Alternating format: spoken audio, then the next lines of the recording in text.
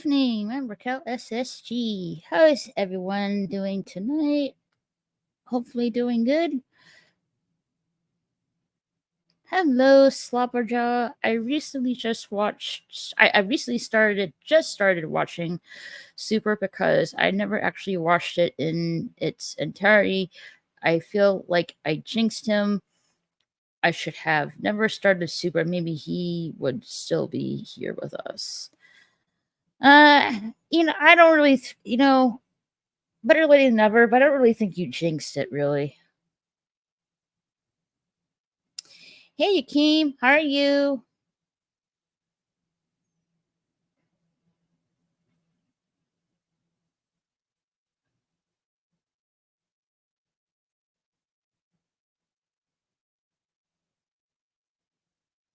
And let's me put the link out there.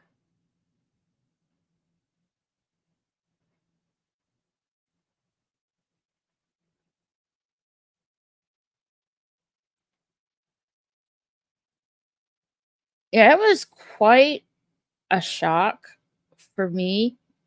I'm like I was like for reals, and it's such a part of my childhood and stuff like that.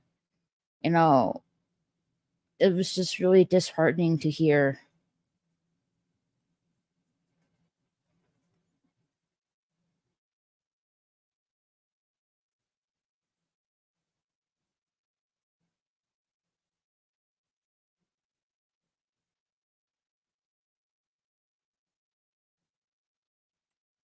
All right. So the panel link for be on the panel is in the chat. And it's also pinned up on the top of the live chat. So yeah, don't be shy, come on in.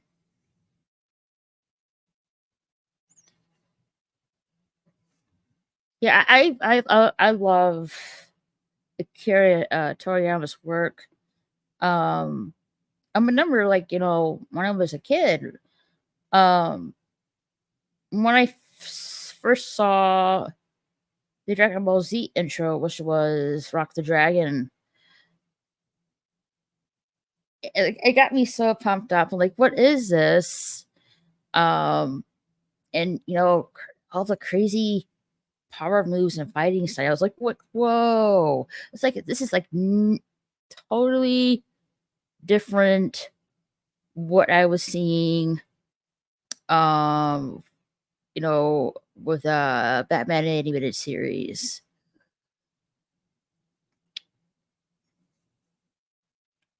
Same here. So many animes and games I enjoyed from his art style. Yeah, there's so many. Uh, some of them, like, there's some of them I'm not really familiar with.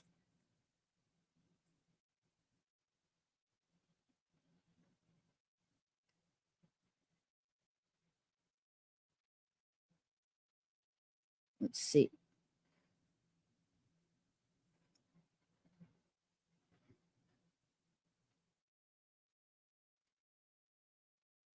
Yeah, I'm somewhat familiar with stuff with Doctor Slump, but not that much.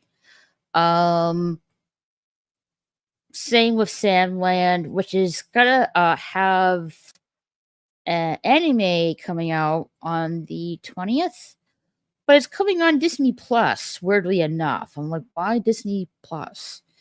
And the video game of that comes out in April as well. Um, Somewhat familiar with Dragon Quest. Not really familiar with Chrono Trigger and Blue Dragon. And there's other works of his that I really don't have a clue on.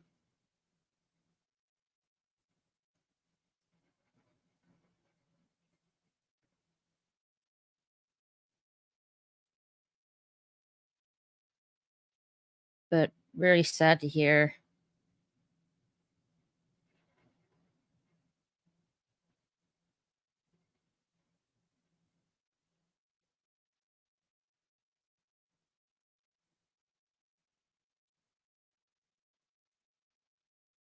Like, let's see. When I started watching Dragon Ball Z, I didn't know that it was the second series or the sequel to the previous series, Dragon Ball. I wasn't very aware of that um till later.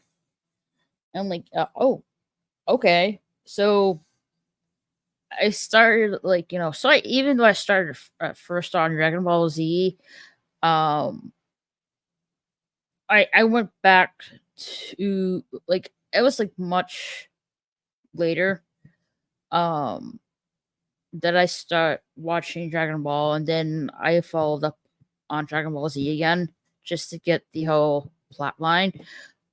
But yeah, the first series of Dragon Ball, it was Dragon Ball Z, and I loved it so much. It was so different from what I was seeing on American cartoons, Batman, Spider Man, Nickelodeon, stuff like that.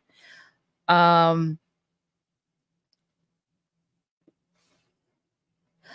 I brought the last Dragon Quest when I heard he did the art for it.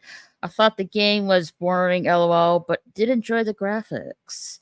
I haven't really played any Dragon Quest video games. Um, to be exact, I mean the only game I ever played um was Dragon Ball Kakarot or Dragon Ball Z Kakarot, however you want to call it. Um, yeah, I didn't finish it. That's just the levels just keep getting harder and harder. I'm doing the best I can here.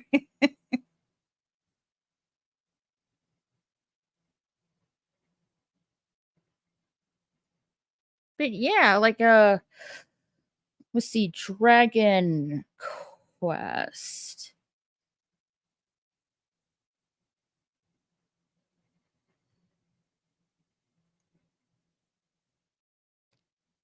I think they had like a movie like uh that I saw, like I think it was like yeah, Dragon Quest Your Story, which is on could be still be on Netflix.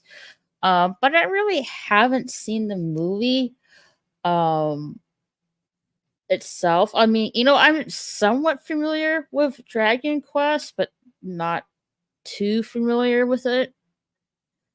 I started with Dragon Ball. It would come on early before school. For me it was different. I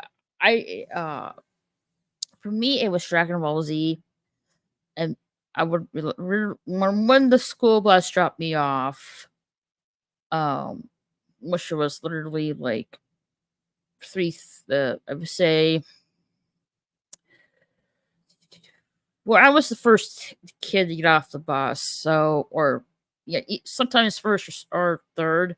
So I would get off the bus like at maybe like 3:40 or 3:45, and the Dragon Ball Z was start like at like 4.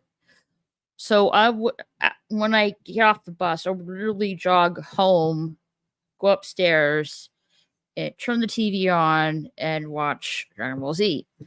Um, Now this was before um uh DVR and DVDs really. Uh no, such a thing did not exist at that time. I had satellite TV, only 100 channels, that was it. Um every morning when I woke up, I'll like go to the newspaper because there was a TV guide, and I found out which channel and what stuff I wanted to watch. Like, okay, it's let's say Rugrats at channel 19 or something like that. I would go upstairs, and the TV there was the there wasn't a plasma TV. It was this big cube box TVs produced by Sony. I would like turn to the channel where I want it to be, turn it off, and then I get ready for school. So when I came when I came home after school, I would just immediately go upstairs and turn to that channel, just turn the TV on and watched it. But after a while, they started to have the show premiered a little bit earlier. So like 5 minutes before 4 o'clock, I'm like, and I get off the bus like somewhere between uh three 3:30 or 3:45s. So I will miss 5 minutes of the show. So what I would do, I would put like an empty VHS tape, and set the timer, what time I wanted for to record. Of course, I make sure that the tape is blank because I don't want to record anything on top of something's already on the tape. Um, so I would do that.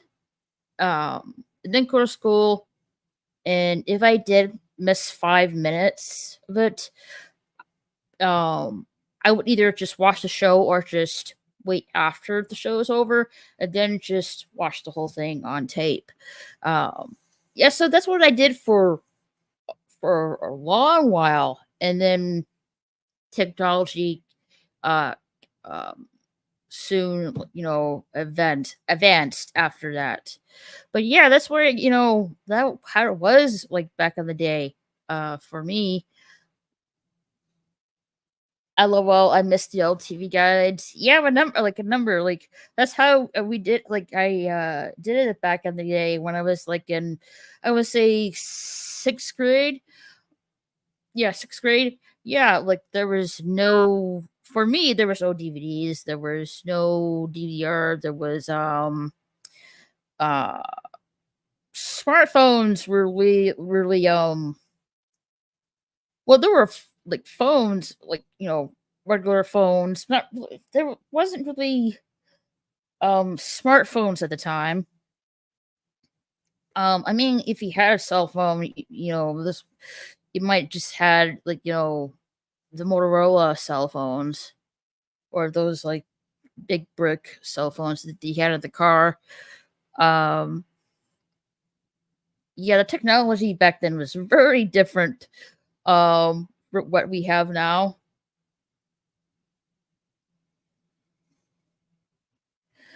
I used to do that for Pokemon. Oh yeah, like the original Pokemon. Like for Pokemon, let's see, I watched like maybe like 3 seasons, and then yeah, I lost interest after that. So I don't know how many seasons they have on the original Pokemon. Let's see here. Pokemon TV series. Right. It ran it's,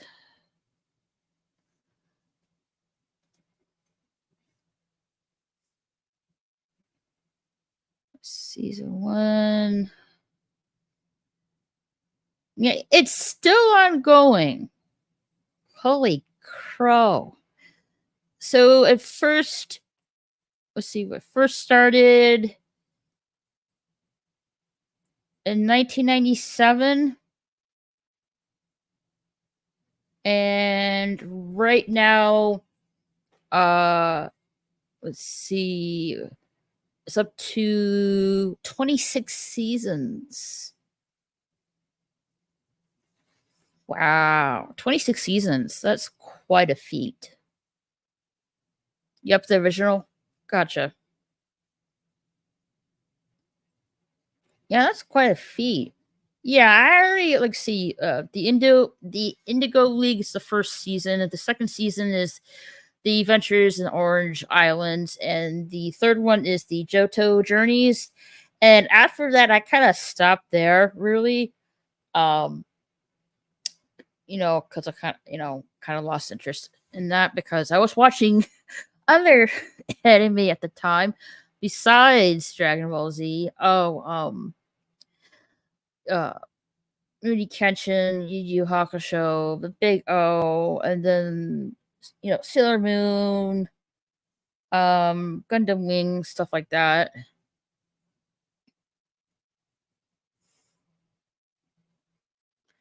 You stopped after the sixth season, right on.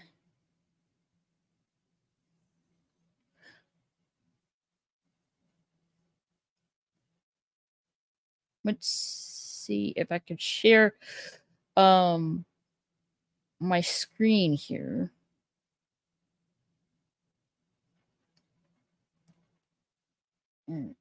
Percent. No. Here we go.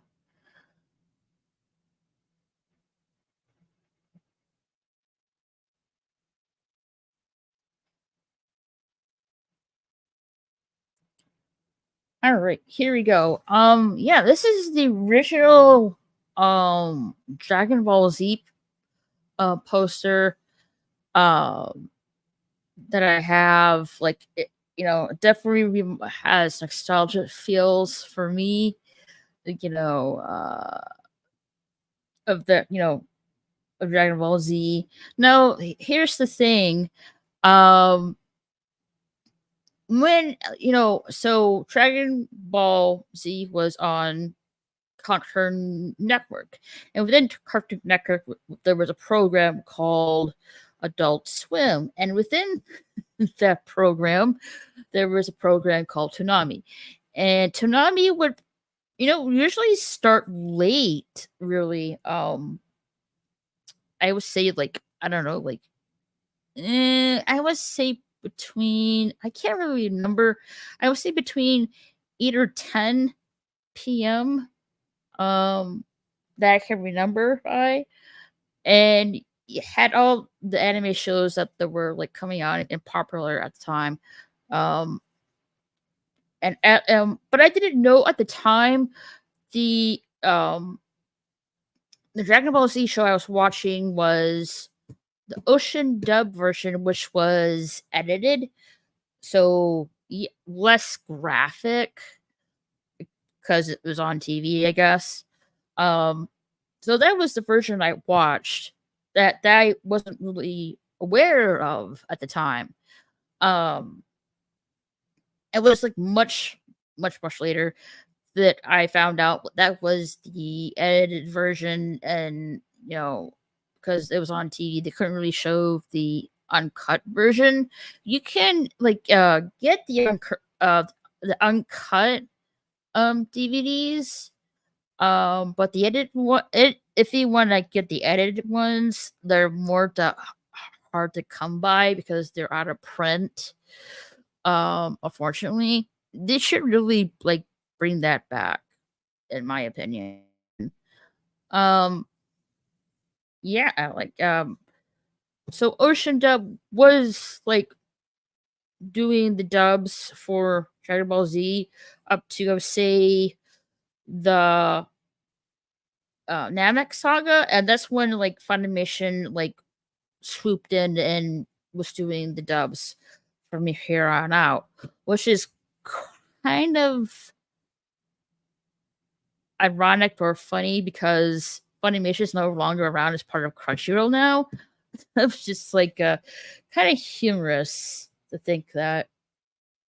But yeah, that's the original poster I have. It's the most iconic one for Dragon Ball Z, and yeah, I love it. Still on my wall to this day.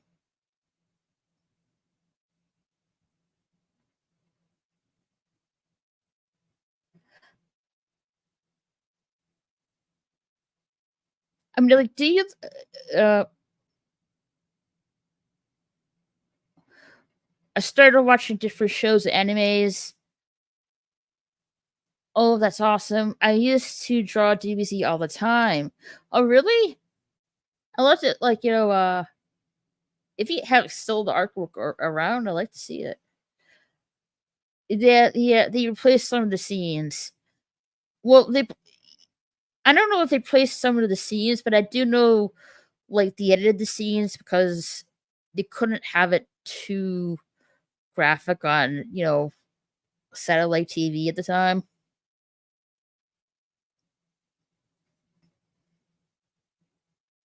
Yeah, I'm a huge Dragon Ball fan, as you know. Like, do you like remember like having this um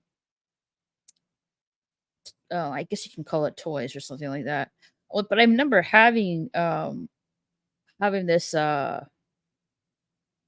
these toys. Uh Dragon Ball Z Power Pack. You got Super Saiyan Goku and Frieza as walkie-talkies.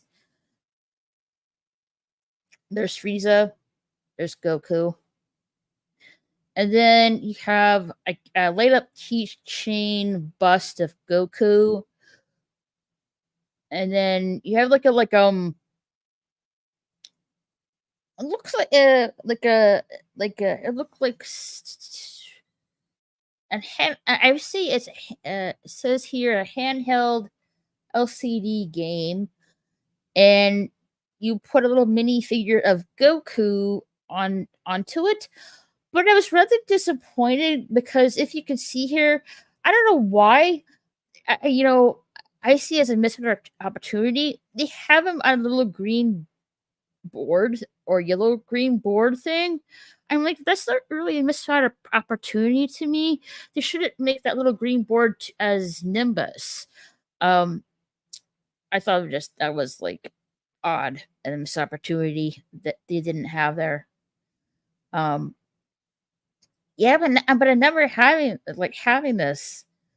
The two walkie-talkies, the LSC handheld game, the light up bust of Super Saiyan Goku.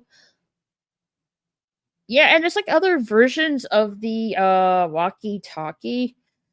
Um let's see, I can bring them up here.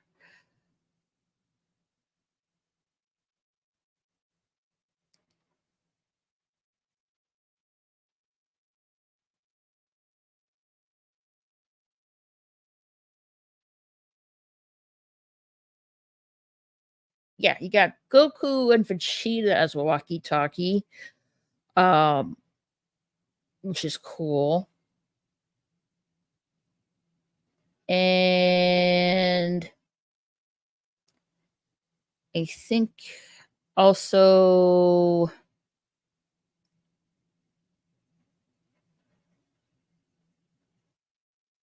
Goku and Piccolo. I didn't have Goku and Piccolo and Goku Vegeta. The ones I had was, Goku and Frieza.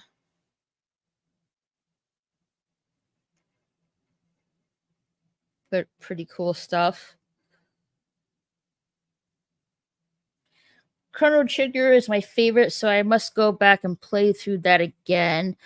I would like to play one and see this and actually see the series. I'm not really familiar with that series too much. If none of you have experienced it, then you should definitely play some Chrono Trigger. Best game ever. Definitely, definitely, definitely. R.I.P. I sketched this profile pic. I'm not really into Naruto. Never even seen more than 4 episodes. LOL, but I like to draw the characters at the time. Gotcha, gotcha. Do yourself a favor and play it. I would like to, but I'm not really sure if it's um I'm not even sure what console I can play it on.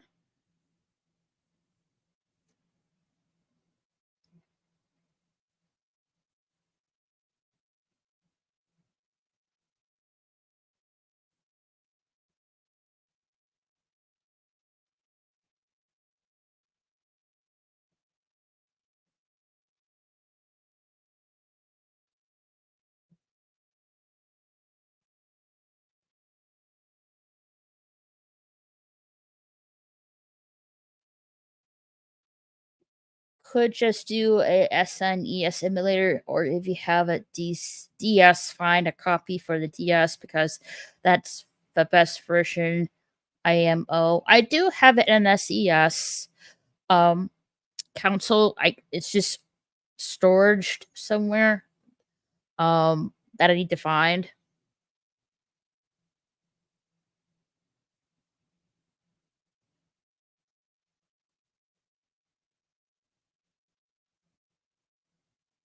And here are some of my Dragon Ball figures that I have.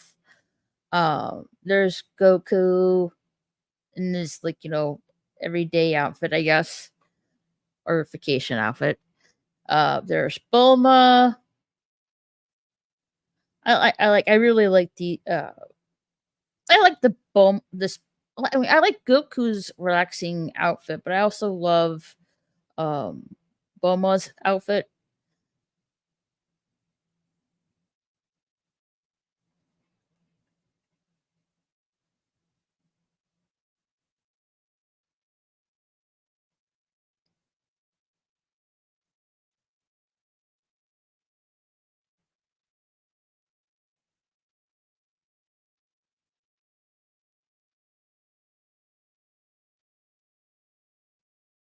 And what did my other picture go? Oh no.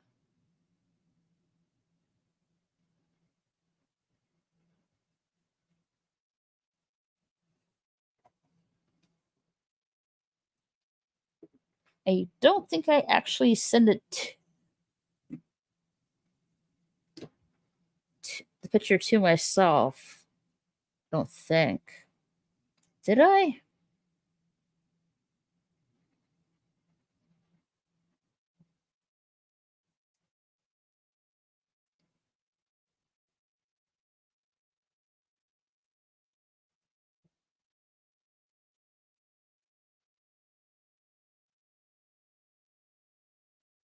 Oh, here it is.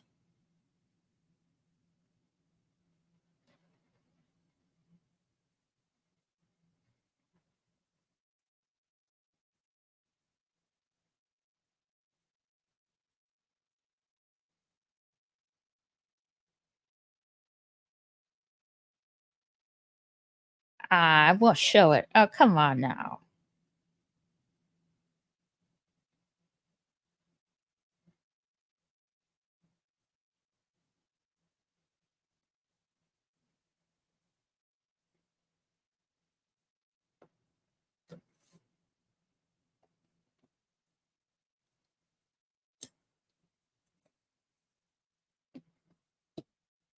Since I'm finally getting through Super for the first time, I want them to put Goku's turtle costume in a fighting game when he's training Krillin.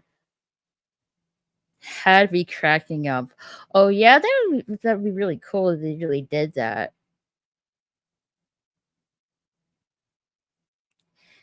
Hey, Mr. Miles, how are you?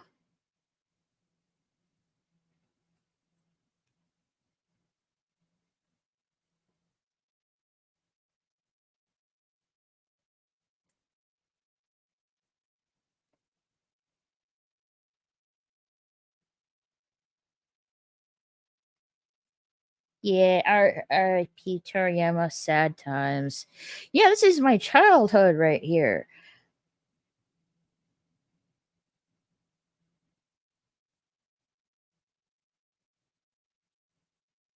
I'm definitely gonna miss him for sure. All right, here's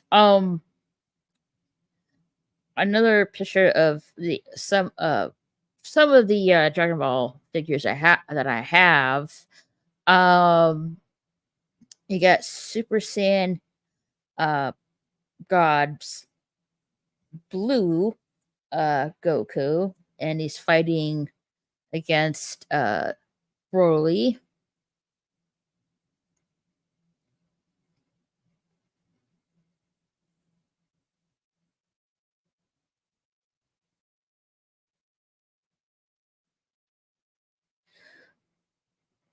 So many series, so many manga artists were directly inspired by him.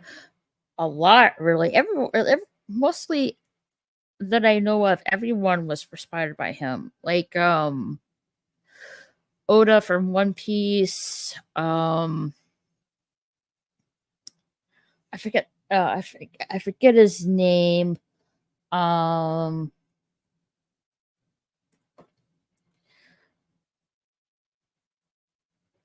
yeah, Kishimoto is one from Naruto. Uh, Tyke Kubo from Bleach is one. And there's so many other anime that I um that has a lot of Dragon Ball influence that there's like so many to say. Yeah, so many manga. I don't know how many women that are into DBC.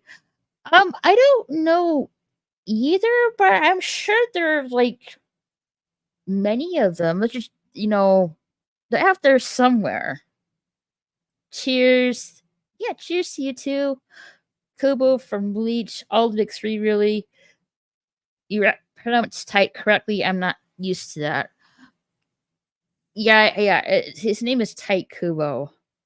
A little bit of a tongue twister, but it's okay.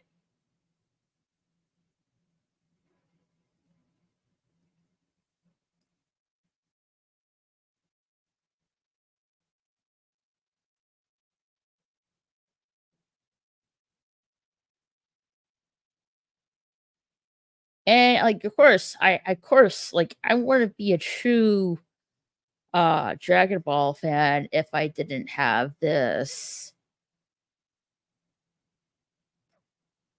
The entire manga series of Dragon Ball and Dragon Ball Z in complete box set. Um, and I'm still like right now at this moment, I am slowly reading and getting through uh Dragon Ball Super manga. I think I'm like up to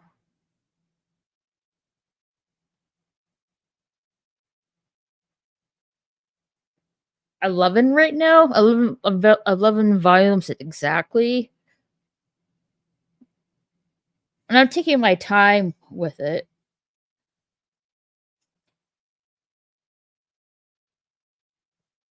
And again, I wouldn't be a true Dragon Ball fan if I didn't have the entire the entirety the entirety of Dragon Ball Z on VHS tapes. Um, I do have the DVDs, but I don't really have a complete set of it right now. I'm, I really just haven't really get around to it at the time being, but I will eventually though. But for now, I have the entire DBC collection on VHS. I used to draw DBZ in my spare time, not to toot my own horn, but I was pretty decent. DB super decent. I enjoy it. It is. VHS, that's ancient technology. I know. But I do have the DVDs, but I don't really have the complete set of it. I'm still working on my way through that. Hello, Doom Squirrel. All right. Can you hear me? Yeah, I can hear you fine. That's Do you fine. have Dragon Ball Kai? No, I do not have Dragon Ball Kai. I don't really count. For me, I don't really count Dragon Ball Kai. Isn't Just Kai isn't Kai just a redub? Like it's not like that's re- all it is. this is just a remaster, really. Yeah, but it's a bad redub though. Like it skips so Well, much.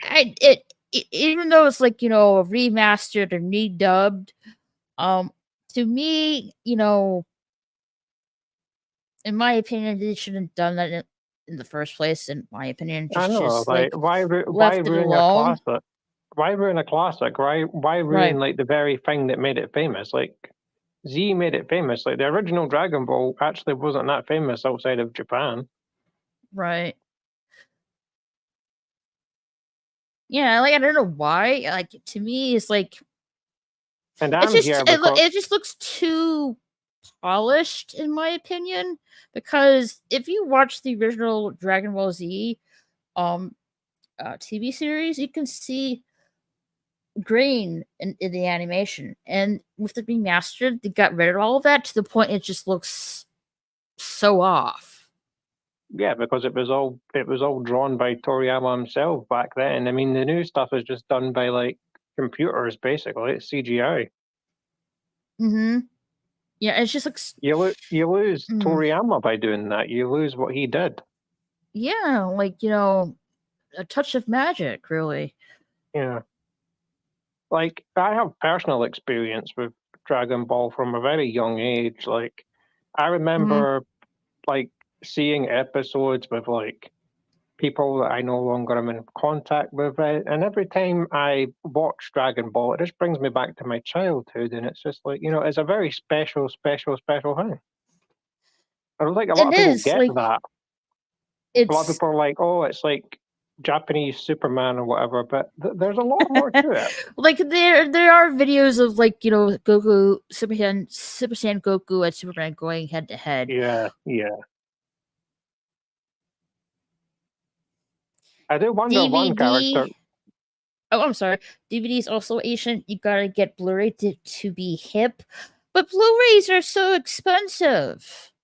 Like $20 a pop. I'm not gonna spend $20 a pop for extra stuff on the DVD because some of the DVDs like do have extra stuff on them. I'm like, I don't know. I read just the regular DVDs that do have extras, but I'm not gonna like pay $20 a pop for the same thing on a Blu-ray.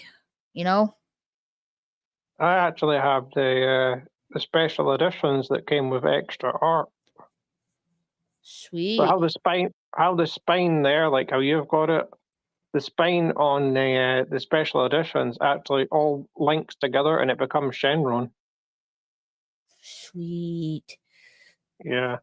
What's my favorite DVC series? You mean Dragon Ball, right? Because we have it's Dragon Ball, Dragon Ball Z, Dragon Ball GT, which Toriyama did have some things to do with it, but not Well, totally. towards the end, he actually said that he considered it canon, but it's after Super. Right. He actually went Um down saying that. and then Dragon Ball Super. So that's the order of the series that goes. Well, Um it's Dragon or Ball, you could Dragon say Ball Dragon Ball Z. Super and Dragon Ball GT, whatever Yeah, yeah, yeah. you want to go with. But um they're like it's really confusing Technically, because technically, GT is a different universe anyway because that was right, the whole thing with because that. That was the whole thing with that story. It was basically a reset. I mean, right, you have Kid Goku and all that. So yeah. because it's confusing because let's see here. Um if you I mean, remember in the Dragon Ball technically everything is canon because you've got the multiverse. So yeah, it's getting a lot more. it kind of is. Well, if you really think about it, like for example, if you can remember in the Dragon Ball Z, during the uh Android saga, Uh-huh. uh for Cell. So Trunks was bewildered that there was another time machine and there was another Trunks that came into the timeline, but that was killed by Cell. Yeah. So in actuality, you have like so you got the main timeline, you got alternate future, and then you have an alternate future that a future Trunks comes into the past and gets killed by Cell. So you have like 3 timelines right there in And that's in my not, and in that's my not if book. and that's if you're not including Xenoverse, where it gets like even more complex. Oh yeah, I haven't really finished watching the Dragon Ball Super TV series Oh, yet. Hello, Dooku. Hey, how's it Uh, going? I'm doing good. Yeah, technically, there should be like 4 different timelines if you really think about it, which is confusing, and even more confusing is now well, that the Toriyama visual only said that like 3 of them are canon: GT, Super, Dragon right, Ball, and then the ones that everybody thinks is canon normally is. right, but to make it even more confusing, now the original 3 movies of Broly are non-canon, and the No, recent they're one not. is canon, from what I'm hearing, which makes it even more confusing. So wait, what timeline would that go? So wait, are you talking about we have not only 4 but 5 different timelines I now? think that's why they did the whole Universal Saga thing, to just be like, Hmm. "Oh, we have an excuse for having all these different, like 5 different Brolys. So it's just all different universes." Right. So if you really think about it, like there's potentially 5 different timelines, Yeah, but that's which is just anime. That's just anime in general. It gets convoluted when you start thinking about that. mm-hmm. Yeah, it is very convoluted. I mean, to be honest, what's really convoluted is the timeline with DC and Marvel Comics. That itself is super, super confusing. Mainly because they keep rebooting it over and over and over and over and over. Right. Right. I definitely feel it there. I'm like, even with if you're like, trying to collect and read comics from, let's say, Spider-Man, there's decades and decades of material, and they don't really have it really organized like they do with manga. I'm like, which comic book do I start with? Like, okay, what's the Depends what sequel manga you're next talking about. to? Because you're talking about One Piece, I mean, for God's sake. Well, I'm saying, like, how they have comics organized chronically. It's a bit Kinda, sorta. confusing. Like, let's say, I want to start with the original series. I'm not really sure where to start on that, or where the sequel comes into that. It's really confusing, in Well, my opinion. the way you've got to Um, treat American comics is basically every 10 years it's a completely new universe. Like there's no point in like trying to follow the old one. right, but I'm just saying, if a person would want to do that, you have to really do your research. It's really confusing with Well, manga. it's You don't really have to do that. It's really clean and organized, like really well, cut within reason. within reason. I mean, Yeah, that's just like that's like with anything, any fandom, anything like Star Wars, Star Trek, whatever. You've got to start somewhere. right. But it's really just for me personally, for American comics, to start somewhere and follow up on the sequel is very confusing, because they don't really have it uh chronologically ordered, like they have in Yeah, manga. I know what you mean. I know what you mean. They don't have like chapters and stuff. It's all yeah. It's Yeah, difficult. it is difficult, because it's like, it's like 1, 2, 3, all in order. If there's like a spin-off, like 1, 2, 3, they don't really exactly go in that order for comics, which is very confusing. But Yeah. anyway, that's neither here or there. But so what was your experience with Akira Toriyama, Doom Squirrel? For me, Hmm. well, believe it or not, I got into the game. I got into the whole thing because of somebody else. Like Really? it was, it was like someone that I knew in my childhood played a lot of Dragon Ball games, and I was like, oh man, this is awesome. So I got into it that way, and then I watched the series a little bit later, and I was like, this is even more awesome, and it pretty much continued that way. Hmm. What about you, Doku? Toonami on Cartoon Network. It was the same for me. Which was It was confusing. Toonami, man. Yep. Robotech, Sailor Moon, Reboot, Dragon Ball, Dragon Ball Z, Gundam, Gundam 08 the Mess Team, Outlaw Star, like Oh, I the was good sorry. old That was a days. good one. Yeah, the good old days. Like it was in cart. This is like, a little bit funny. Okay, on Cartoon Network, within the program, Adult Swim. Within Adult Swim, Toonami. So within a program, a Cartoon Well, Network. that wasn't the way it was over here. Oh, Konami really? was a completely separate channel over here. Oh, really? Yeah, completely separate. For me, like, it was in the program within a program. I don't know Well, why. it started that way in the UK, but then they split it into their own little network because they were like, oh, there is actually a market for this. Well, I didn't. I thought at the time. You guys got it back. We never got it back. Well, I thought at the time they were just like normal American cartoons. Like, I didn't find out till much later that wasn't the case. I didn't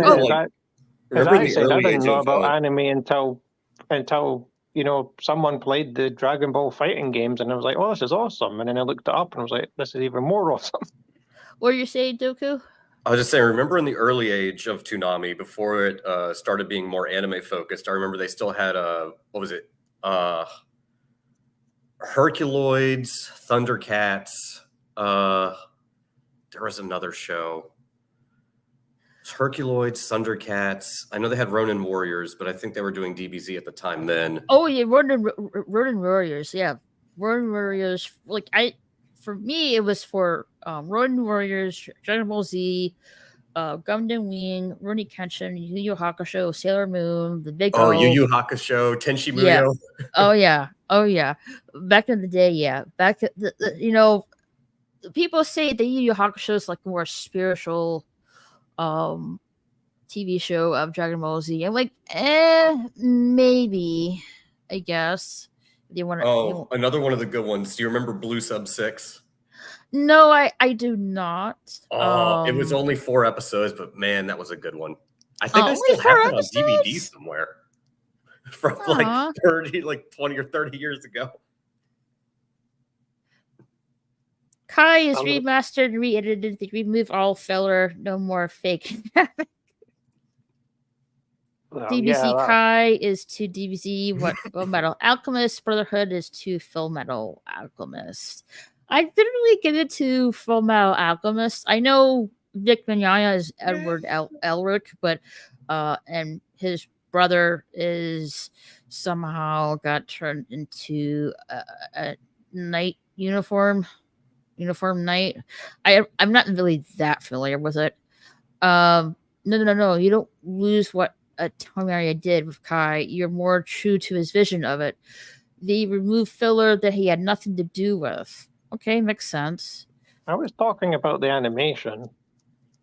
Well, that's kind of the thing with a lot of the shonen anime. When they become popular and they become cash cows, they want to drag it out for as long as possible. Right. But like I also agree with Doomsworld. They rehashed the animation to the point it was just it was just too polished and off. In my opinion, sorry. Yep. The story may be more what was in the manga, but the animation, you're losing a lot of what Toriyama actually drew. Mm-hmm. Like they get rid of the grain in the animation to the point it looks off and it looks exactly because then it just looks too polished. You know that he actually drew that by hand because it looks like it's been drawn by hand. Mm-hmm. Where the new stuff, you can tell it's just been done on a machine. Right, like and It's to too me, smooth. to me, I love animation that is hand drawn. And it is coming at lost art, sadly, which is, frankly quite sad. You don't really see 2D animation anymore from, No, Disney it's much cheaper to pass it to on the computer. Yeah. computer. Yeah. Yeah. But I do miss it. But I can just go back and watch that, anytime I want to. It would be the guy with the GT profile that's causing controversy. Mine has to be Kai. I enjoy that one the most. Fair enough. Kai is better than the original, despite my nostalgic attached to the original. Fair enough. You do you. Everyone has their own likes and dislikes. It's hard to break the nostalgia. Like if you grew up with it, it's like you kind of want to go back and chomp on a few of those member berries. Mm-hmm.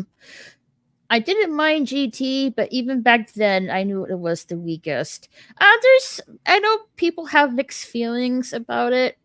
For me, it's just like half and half. Really, not the greatest, not the baddest, but somewhere in the middle. I know GT catches a lot of flack, but I mean, GT is forbidden. No, GT is forbidden. I didn't really hate GT, but at the same time, I was kind of just watching it because I was stuck in. I was still young at the time, and I was stuck in what is it? Deku from Full Metal Alchemist. I was just sitting there like, Dragon Ball, we'll punch things.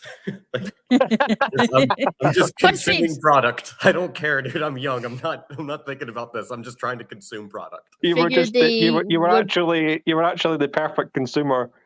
Punch things. Need more punching. You would put GT as a separate universe in Super LOL. Well, they kind of did at this point. Well, Toriyama said it's canon, but who knows? GT was a shared nightmare. It wasn't real. It never happened. Fair enough. Fair enough. So that means in this timeline, technically, I don't exist. Oh no. Okay. DJ, play nice. Hello. Well, then I'm your worst nightmare. Say hello. Hello. Hope you're doing well. I'm just picturing Mr. Miles walking down the street, and he sees like the Pennywise moment coming up from the sewer, except instead it's the red-haired Goku from GT. Yeah, Gundam Wing. Yeah, there was Gundam Wing. I didn't really get into Endless Waltz, but I did get into Gundam. What was it called? G Gundam. Yes, G Gundam. I can't get that image out of my head now. I remember the Midnight Run when they were testing out more adult theme animes. Oh, Midnight Run was the shit. Midnight Run was amazing. I don't really remember that one though, to be honest. Actually, when did Midnight Run launch? I don't know. I can't remember. Because I remember I used to stay up and I would turn the TV volume way down so my mom wouldn't hear, and I'd sit there and be like, I'm watching the anime where they get to curse. Yeah, Road Warriors. That was my first anime series that I watched. Oops. No worries. What are you saying, Squirrel? Never mind. I don't like to overtalk people. That was an accident. It happens all the time. Road Warriors, yeah. First anime series that I ever watched before Dragon Ball Z. Yeah, Inuyasha was there too. I doubt Toriyama was sleeping away in the Toei animation room. I don't think so. I'm sure he was working pretty hard, but you gotta take breaks once in a while. Hey Q, how are you?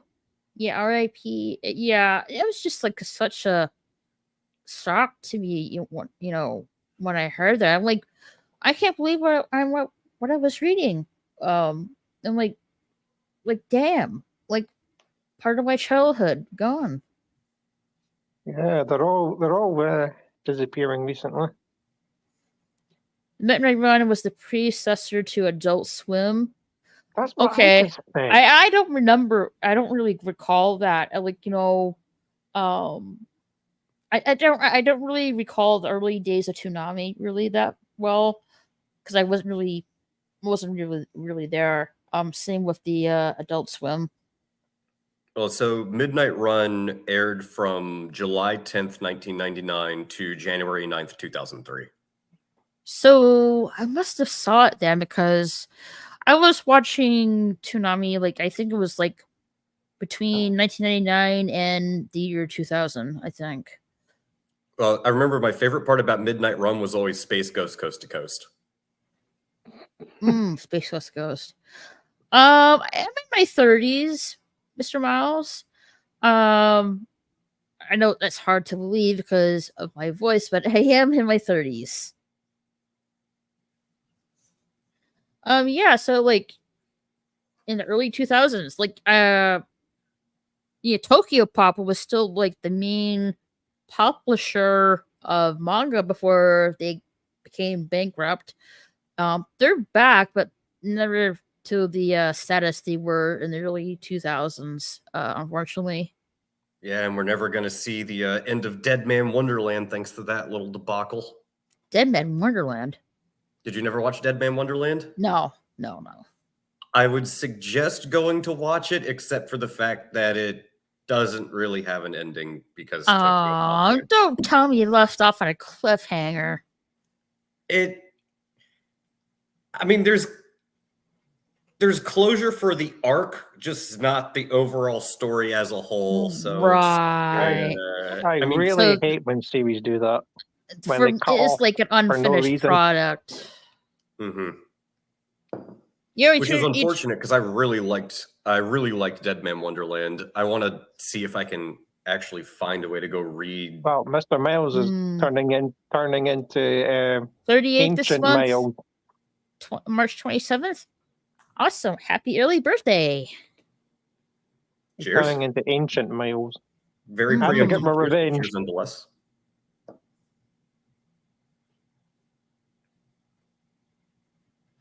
Oh, sorry, I forgot to show this. Where's my mouse? Oh, here it is. Come on, stupid window, show it.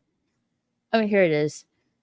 I have the entire set of the Dragon Balls and the 4-star ball. Because I got this from a convention. It's been 6 years now. I have something I think you would really like, but unfortunately it's in another room. I've got Shenron and the balls. Oh, I do have Shenron. Yeah. But my one has all the balls around them. I do have Shenron, but he's more of a plushie. The Shenron with the 4-star dragon. That's it. That's Super Shenron. Just how weirdly cute they made him in Super. Yep, there's a plushie of Shenron and the 4-star Dragon Ball. You can it's a plushie, but you can also use it for a pillow if you wanted to. I find it funny how he was supposed to be intimidating, and then it's just Super just made him just an adorable dragon. Hey, Doku. Sorry, not Goku. He might be. You never know. You never know. Secret identity. Yeah. You never know. His identity. Okay, Doku. Do you number some of these burial stuff back in the day? I do. 2 walkie-talkies, the handheld game, and the bust light up of Super Saiyan Goku. I'm gonna number these. Wait. I think. Hold on 1 second. Oh! He's gonna surprise us. Yeah, it is very 90s, isn't it? I'm pretty sure.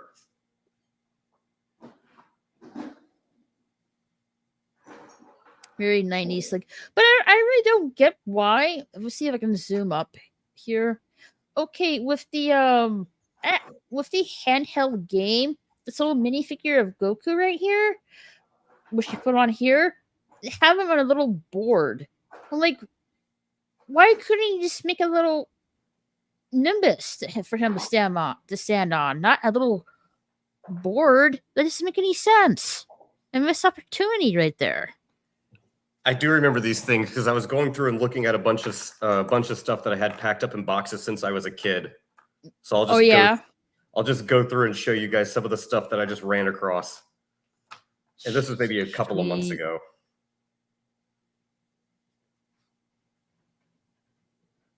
Oh, was it? She's one of the movies. There's Broly, but that girl, like that. What was that movie from? I know it's a Dragon Ball Z movie. What are we talking about? I dipped out for a minute. BoJack Unbound, I think. Yeah, BoJack Unbound, and then you have Krillin, Android 16. Oh no, this is Mr. Satan. Oh, that's Mr. Satan. Okay, I thought it looked like Krillin. So I got those. I mean, comparing him to Krillin is fair enough. It is. I mean, I don't know. That actually feels a little rude to Krillin, actually. It does. I mean, yes, I'm turning into Master Roshi, but remember anime rules. The older you are, the more likely you are to be a badass. Oh hell! You have Trunks, and he's gonna get his revenge on me and take down the Great Ape. I recognize that character, but I can't remember which movie. I forget which one he's from as well. Isn't that from the one that they went to hell or something? Is it Lord Slug? I think. No, I think Lord Slug was before that. It's the one where they go to hell. I can't remember his name. And then, well, maybe that helps. Yeah, that's the fusion. That's the fusion reborn character from the movie. That's it. He's basically the devil. Yeah, and then there's obviously the Boo Saga dude. I forget his name. Oh, from the Boo Saga. I think that's just his name. Bubbles or something like that? No, not Bubbles. I forget. I forget too. Shit. Baldy. I know they're Bobbity's henchmen. He was one of Bobbity's henchmen. And then, of course, I forgot he lost an arm. I don't know where it went. Oh, for God. Goku lost an arm. They've been in storage for probably like the past 20 years. I just remember I ran across these when I was going through looking for just old stuff to clear out. And I was like, holy crap. I found something else that was look in your Spopovich. Yes, look in your box and see if Vegeta's got his arm. Spopovich. He used to be a rival for Mr. Satan before he met Bobbity. He might, but I also found this is not real. Well, I mean, I was about to say this is not related to Akira Toriyama, but Akira Toriyama has his fingerprints on so many things I can't actually say that accurately, and as if it was an affirmative statement. Goku. People have thought Goku was a misspelling of Goku many times. Some people still do that as a running joke, but I did find these. These are apparently pretty rare. Ooh, cards. And cards. Let's see here. Oh, Pokemon cards. Oh, wow. Now that can be worth money. There's a Mew in there. Mm-hmm. So there's that one. And Onyx, then there's also Pidgeotto.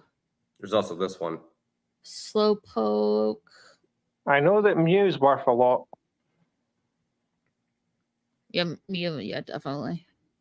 Especially if it's the 2000s version, like the movie version. Yeah, apparently I guess this was a part of like a binder. I don't have the full binder, but I did find these. To be honest, I didn't even remember I even had them. I just ran across them. Her name is Zonga. Okay. I don't remember that character either. That bug guy? No, I don't. Didn't Videl kick his ass? Well, she tried to. And then Gohan had to step in before she got crushed. Nobody remembers the non-canon movies. He's screaming in horror because he's missing an arm. Ouch. Gotta catch them all. Absolutely right. I bet Vegeta's got these arms. I bet that's what's happened. I was trying so hard not to laugh, but I couldn't help it. What? Just the screaming in pain because Vegeta's got his arm. Let's see if I can find that character you showed. Okay. I have defeated Kakarot. Hirudugarn, I think that's how it. Oh yeah, he was from the Wrath of the Dragon. Oh, so that's what it was. I couldn't remember to save my life. All I knew is I know I've seen this guy before. I just don't remember from where. I haven't really watched Wrath of the Dragon. Maybe I did watch it once, but I don't really remember it though. I definitely should go back and watch that.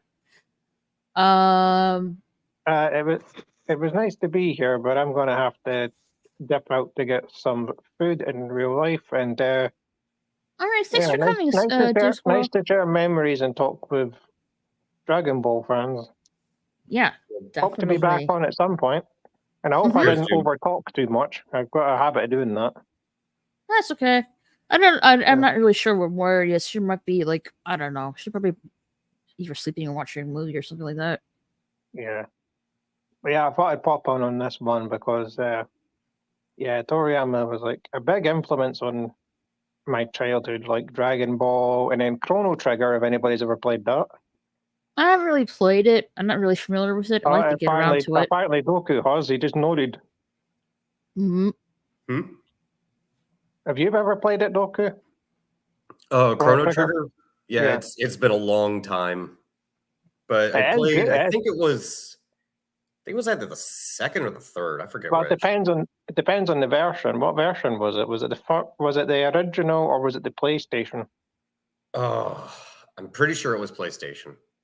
Then you played the correct one because that had actual scenes made by Toriyama.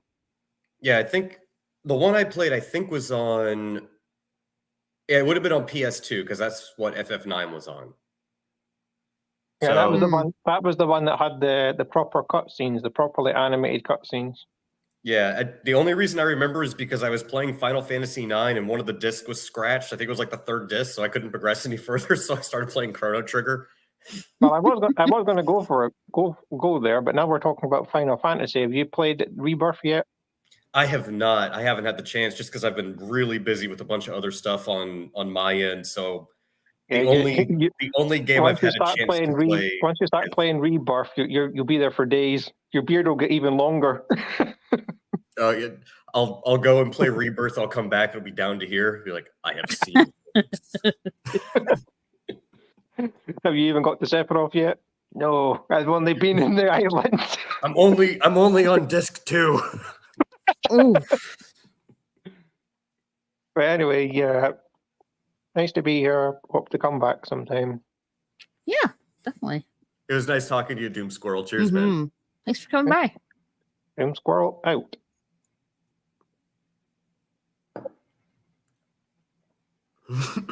Super Saiyan vanish. Yeah. Let's see. Mr. Barrow says, "Have you watched DBZ Abridged? It should be a requirement for all DBZ fans." Agreed. I second that. I have not watched it. I forget the channel. Someone subscribed me. Tell me to check out. It's Dragon Ball. It's Team 4 Star. Yes, Team 4 Star. Yeah, that's the one. Team 4 Star. It's insanely perfect. I'll admit, I knew the name Akira Toriyama and then forgot it over the years. And DBZ Abridged is what reminded me that, oh yeah, Akira Toriyama. That's why that name is familiar. Yeah.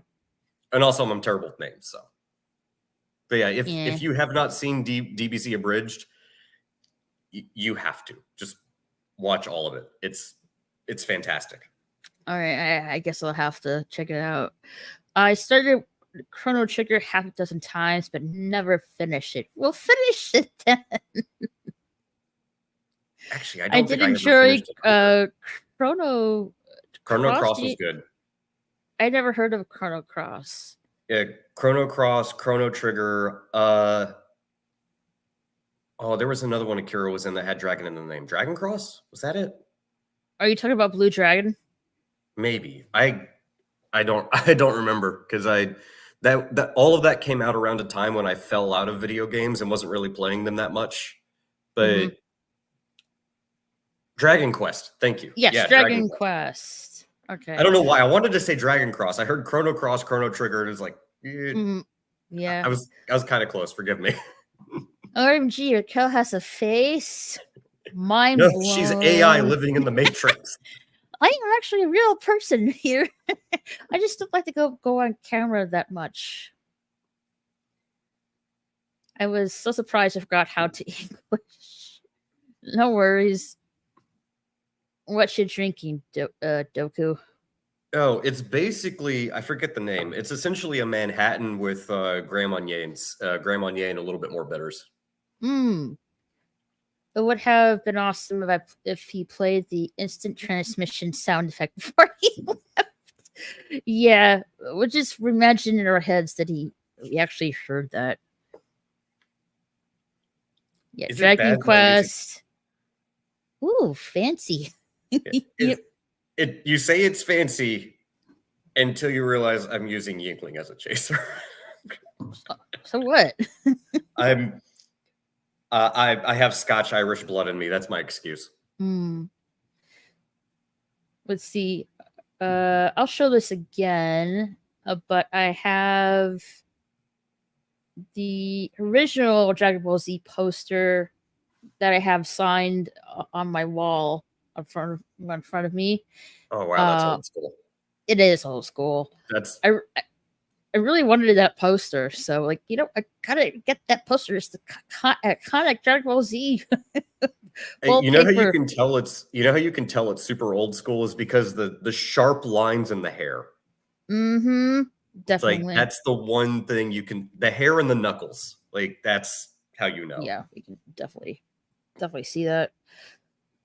And then I do have the Dragon Ball Super Broly poster right behind me right here that was signed by Vic Mignogna when he did his last voice for Broly, unfortunately. I'm not gonna lie, I'm jealous. That is he was a super nice guy. I went to KameiCon a couple of years ago, or maybe 3 or 4 years ago, somewhere between there. Really super nice guy. He had the line was huge. I had 3 hours worth of getting an autograph with her. I'm not kidding you. So I went when I was done getting my stuff signed. The back of the signing table where I could see right across from it. I'm not kidding you. He went behind the auto booth table, and there was some kind of I don't know, I guess you could call it a butler or some kind of employee, have a plate of food. No joke. He beat a piece of chicken off like a chicken drum. He ate that, put it down, and went back to the autograph table for another couple of hours. For the whole day, he did that. There's a reason that Monica Rial and all the other it went after Vic. Is because it's not because Vic did anything bad. It's because Vic was popular and they were jealous. And that's 9 out of 10 times. That's always what it boils down to with these types of people. They're just jealous of somebody else's success. It's the same thing on YouTube, pretty much. Yeah, that's true. I mean, it's an unfortunate part of human nature, but without getting too far off topic, it's annoying to see people who being jealous or envious. It's one thing, I get it. That's human nature. But trying to actively destroy someone's career or reputation because you're jealous or envious of them is just, it's bro. It's ridiculous. No. It's ridiculous, really. It's just, I mean, it's what's going on with the whole Sweet Baby thing right now. It's just these types of people are just, I've been against gatekeeping for the majority of my life simply because, hey, look, if somebody enjoys the same thing I enjoy, that means, hey, I found a new friend. Except these people aren't your friends and they don't really enjoy what you enjoy. They actually hate you. And it's all right. So gatekeeping was not necessary before in the past, but because of this stuff now, it is becoming necessary. And to be honest, I blame social media more than anything else, because if it wasn't for social media, these people wouldn't have a place at the table to begin with at all. So they're trying to leverage that to use my favorite Ryan Johnson word, subvert the hobby. I don't really pay attention to that ridiculousness, really. It's not worth it. It's not worth my time. Well, it's not worth it until they actually get a foothold within the hobby and then start. No, like don't get me wrong. I love social media. I just don't like the negative parts to it. Oh no, I'm right there with you. I spend probably more time on Twitter than I should, but thank God it actually has some viable purpose, because I can use it to follow real-time stock information and stuff like that. So I have an excuse. But when you get wrapped into the rabbit hole and you start seeing what's going on, I can very easily understand how that instant dopamine hit, it keeps you hooked in.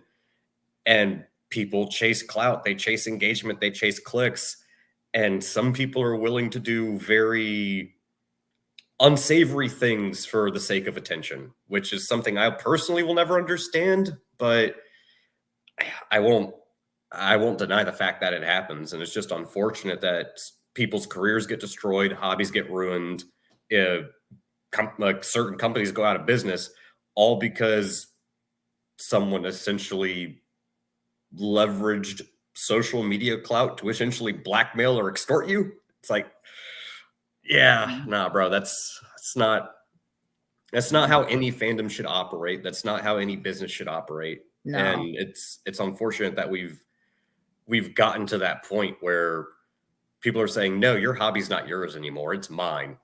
Okay, well, did you ever enjoy the hobby to begin with? No, it sucks.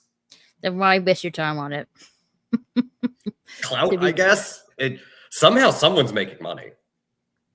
But yeah, like, so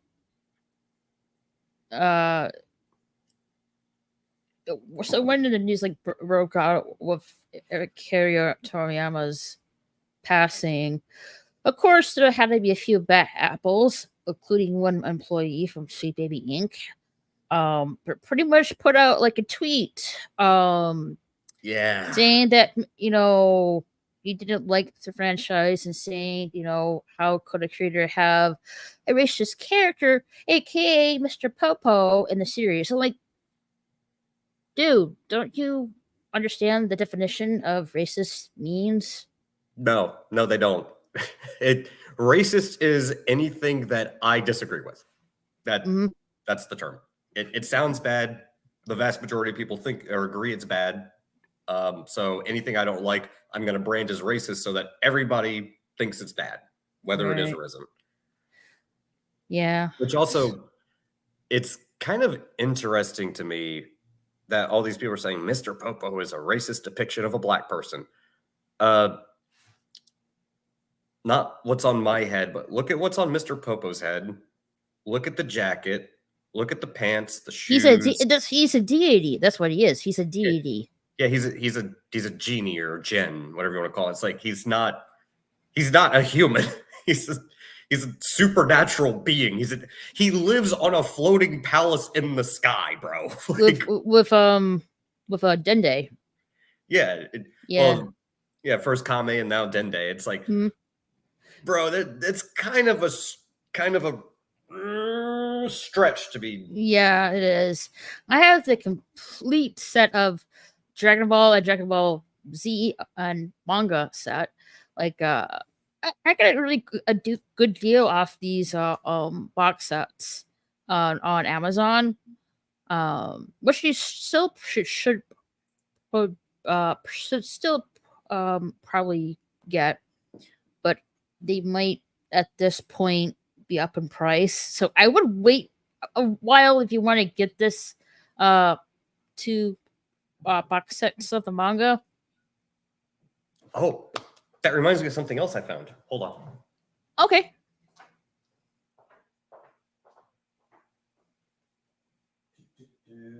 Where are these?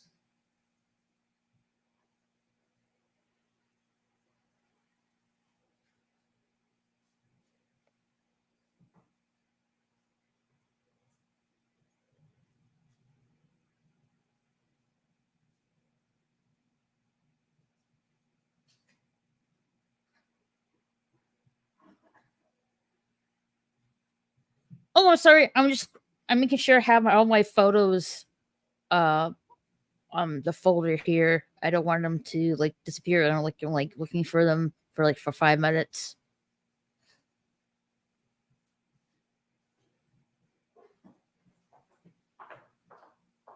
I got Scott and Irish blood too. I understand it's why I don't drink. Once you start down the dark side, forever it will dominate your destiny. Well, good thing I don't really drink then. Yes, some people can, some people can't. I generally avoid liquor for the most part because it's not good. But one drink every now and then is fine. I had a pair of boxers with that exact image. I claim my nerd word for that. I'm not sure which one you're talking about, but okay. Yeah, F social media. You said follow stock info. I hope you're a Bitcoin holder, Doku. See, I was in crypto for a little bit. I moved out of crypto when the SEC started looking into it, and the market got crazy. I haven't gotten back in, and I'm really hesitant to get back in now that they've managed to tie it to an ETF. I know the price is going to go up, but they've essentially turned it into the same type of asset that they do with gold and silver with GLD and SLV. So I stick to if you have Bitcoin, not in an ETF, but actually have Bitcoin, good. If you have physical gold and silver, good. If it's in an ETF, it's basically a derivative. No. Okay, open question. Dragon Ball Satisfied. What's your favorite anime? Besides Dragon Ball? Oh, sweet. Are those cards of Goku? There's a bunch more. I just had to go through a huge stack of cards, and these are the two most photogenic ones I could find. Oh, you totally reminded me of something. Hold on if I can find it. Let's see if I can find it. Yeah, I've found a bunch of these things. And surprisingly enough, they're actually in good condition considering you took care of them really well. Well, the thing is, they've been in a storage box for the past 20 years, and they haven't been touched. So they're actually in surprisingly really good condition. It's just unfortunate I find them the same year that Akira Toriyama passes. But maybe, well, I don't believe in coincidence. That's all I'll say.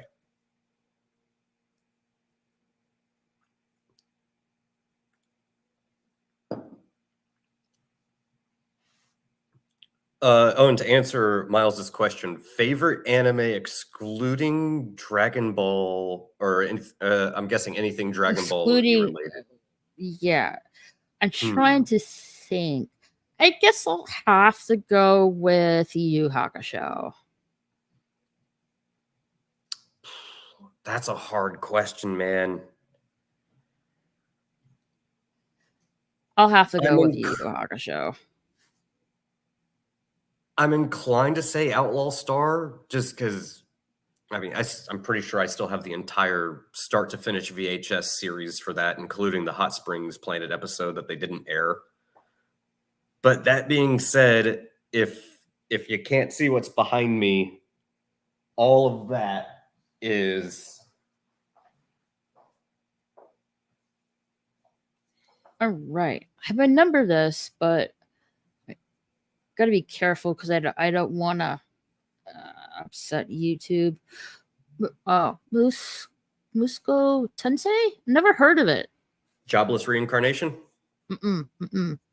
Oh, it's largely considered the grandfather of isekai. Okay. And they're on season 2. I think season 3 is coming out soon. And at first I was kind of like, oh, okay, it's isekai, whatever. It's actually surprisingly extremely well done. I'll put it to you this way. I'm impressed that the author can manage to make an entire plot arc that centers around erectile dysfunction and emotional trauma. And it's probably one of the most human stories I've ever heard or ever read or experienced, and it's coming out of a freaking isekai of all things. It's like you made an entire season about trying to cure ED, and it's fantastic. I don't think I'm a bad writer, but I'm not that good. Nowhere close. Mushoku Tensei is good. It's a very mature show, though. It's not. It has all the isekai tropes without being dialed back to be, I guess, all ages friendly. It's definitely focusing on a mature audience. Now, I think I still have this magazine. It's the Dragon Ball Z Beckett magazine, and this is the one that I had with Vegeta. And the back of it, a number. The back of it was. Let's see if I can get it on screen. I'm sorry, I'm laughing at Mr. Black's comment. Let's see if we can get it back on here. Come on. I don't want to play the. Oh, there it is. Yeah, there's Bulma in the back of the cover of the magazine. See, I never had any of the magazines, but I know they sold them at Suncoast. That's a blast from the past. My age is showing. Yeah, I guess with this back cover, I guess you could technically say Bulma is a Super Saiyan. Technically. It checks out. Why not? Yeah, it checks out. Why not? You have a number of that magazine. I still have it somewhere. It might be in storage. Yeah, that's the thing. Every 5 or 6 years, you always have to go back through storage and be like, what do I actually have? Mm-hmm. Because I'm pretty sure, unless it got lost in a move or something happened, but I'm pretty sure somewhere in that storage unit over, well, you can't see where I'm pointing, but over there past that wall, there's a storage unit. And I'm 99% confident there is a blue binder sitting in there that has the entire first edition set of Pokemon cards, both non-holographic and holographic. It's in there somewhere. I have Pokemon. I should probably go find it. It's probably worth a lot of money. I have Pokemon and Yu-Gi-Oh cards stashed somewhere. But I got the entire series set on Dragon Ball Z on VHS. I'm still collecting them on DVD. I haven't really finished that on DVD wise. I really should though. One of my favorite things from Dragon Ball back in the day, both with the VHS and the DVDs, is I love how the entire set, when you line them up, forms a diorama. It's a small touch, but it's those small things that, like, as a nerd, those tiny little details are what gets me going. Like, yeah, I love that. They kind of did that with the Yu-Gi-Oh TV series, the original one. Like, they formed like a picture of the Forbidden One. I forgot the first name of the. I know it's called the Forbidden One. The Forbidden One. Okay. I don't remember. Yu-Gi-Oh. I do have Digimon cards. Yeah, Exodia. I think there's like 5 or 4 DVD covers of Yu-Gi-Oh. Lining up together will form Exodia, the Forbidden One. That's really, we don't really see that much often nowadays, unfortunately. Yeah, that was very much like a mid to late 90s, early 2000s type of thing. Mm-hmm. Oh God, Miles, you'll appreciate this. Let me see. I got some of Dragon Ball figures. I got Bulma and Goku here.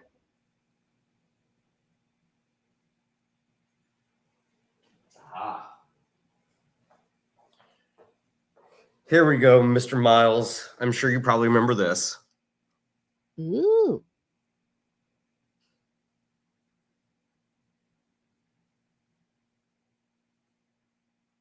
No, that's a Yu-Gi-Oh card, right? No, that's Digimon. Digimon. Okay, Digimon. Metal Greymon, says Mr. Miles. Ugh. My dyslexia is killing me with this. No worries. So here's the Dragon Ball figures I have. I got Casual Wear Goku, and I got Bulma. These are really the ones I really like the most. Right here, the casual Goku that says Dragon Ball, and we have Bulma right here, and then I have Super Saiyan Blue God Goku going against Broly, the now current version of Broly. Man, just thinking about it, it's insane how what essentially started out as an idea. I mean, or more just kind of an aloof hand pencil sketching, I'm just going to do kind of a crazy off the wall story, turned into something that has become so culturally influential that it's adored by millions, really. And that's I can't even really say it's like capturing lightning in a bottle, because to say that feels like an understatement. I mean, it just, even if it's not like something that's directly influenced by Akira Toriyama, just the art style of like the hair, how eyes are drawn, how clothing is drawn, how the story, how movement is shown in panels, how animation is done, like it's again, it's mind-boggling. It's ridiculous. There's no one. Well, I said this in a live stream. I forgot who was doing it last night.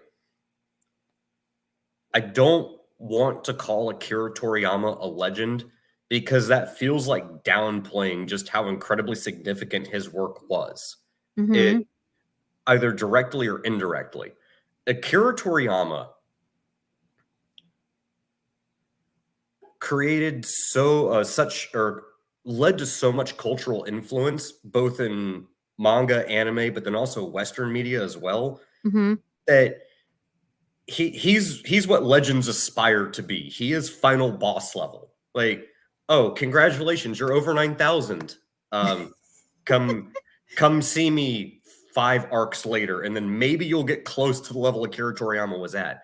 But at the same time, he remained so incredibly humble about things. Like, definitely. I would say the same for Vic Mignogna's standpoint as a voice actor. He's very humble. So with Akira Toriyama, I definitely agree with that. He's really humble creator of many different series: Chrono Trigger, Blue Dragon, Dragon Quest, Dragon Ball. What was the other series? Sandland, yeah, for example. Oh yeah, it's nuts. And I mean, I know some people would say, "Oh, well, it's just luck." Bro, I don't think it's luck. It's really it's something he enjoyed, and something he really what's the word I'm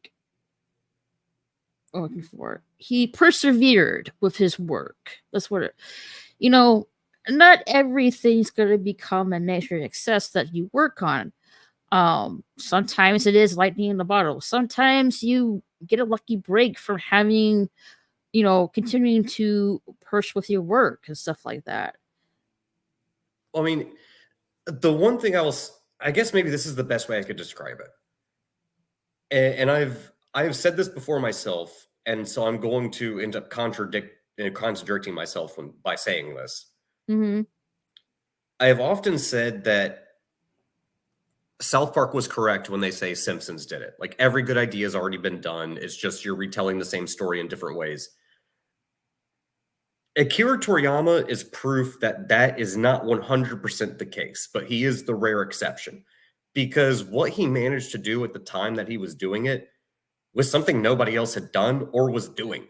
I mean, you have a spiky-haired space alien with a monkey tail that turns into a gigantic, ape that shoots laser beams out of its mouth when there's a full moon, and then you have a kid who's fighting dinosaurs on a mountain that is just literally a vertical plateau.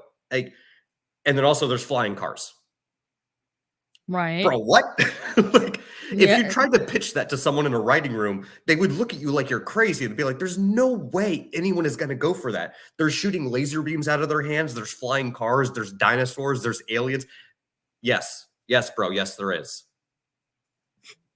All right. Well, sign me up, I guess. Like, it's so off the wall and unique that, and I guess this is actually kind of a testament to really what it is. It was such a unique and different idea that it literally changed the direction of pop culture to where we are today. Because prior to that, we were talking about like My Little Pony, Scooby-Doo, Space Ghost, Herculoids, Thundercats, He-Man, She-Ra, and then even Robotech, Harmony Gold. Say what we want about them, but then Akira Toriyama comes out of nowhere and just presents us with this ridiculous, fantastical, boyish fantasy, and it was amazing. As ridiculous really as it sounds on paper, when you see everything come together, all the moving parts, the character designs, the dialogue, the art style, the themes, it is one of the few modern originals. Indeed. And like Akira Toriyama said himself, this is like loosely based. With Dragon Ball, it was loosely based on the Journey to the West, which is the story of the Monkey King. So it's loosely based on that. So he used that as a basis, loosely, when he, started to write out Dragon Ball. There's still influence of that in Dragon Ball Z as well, but not as much as Dragon Ball. But I would like to think it still has somewhat of the effect of where things are now. Maybe not as much as the beginning, but it's still there.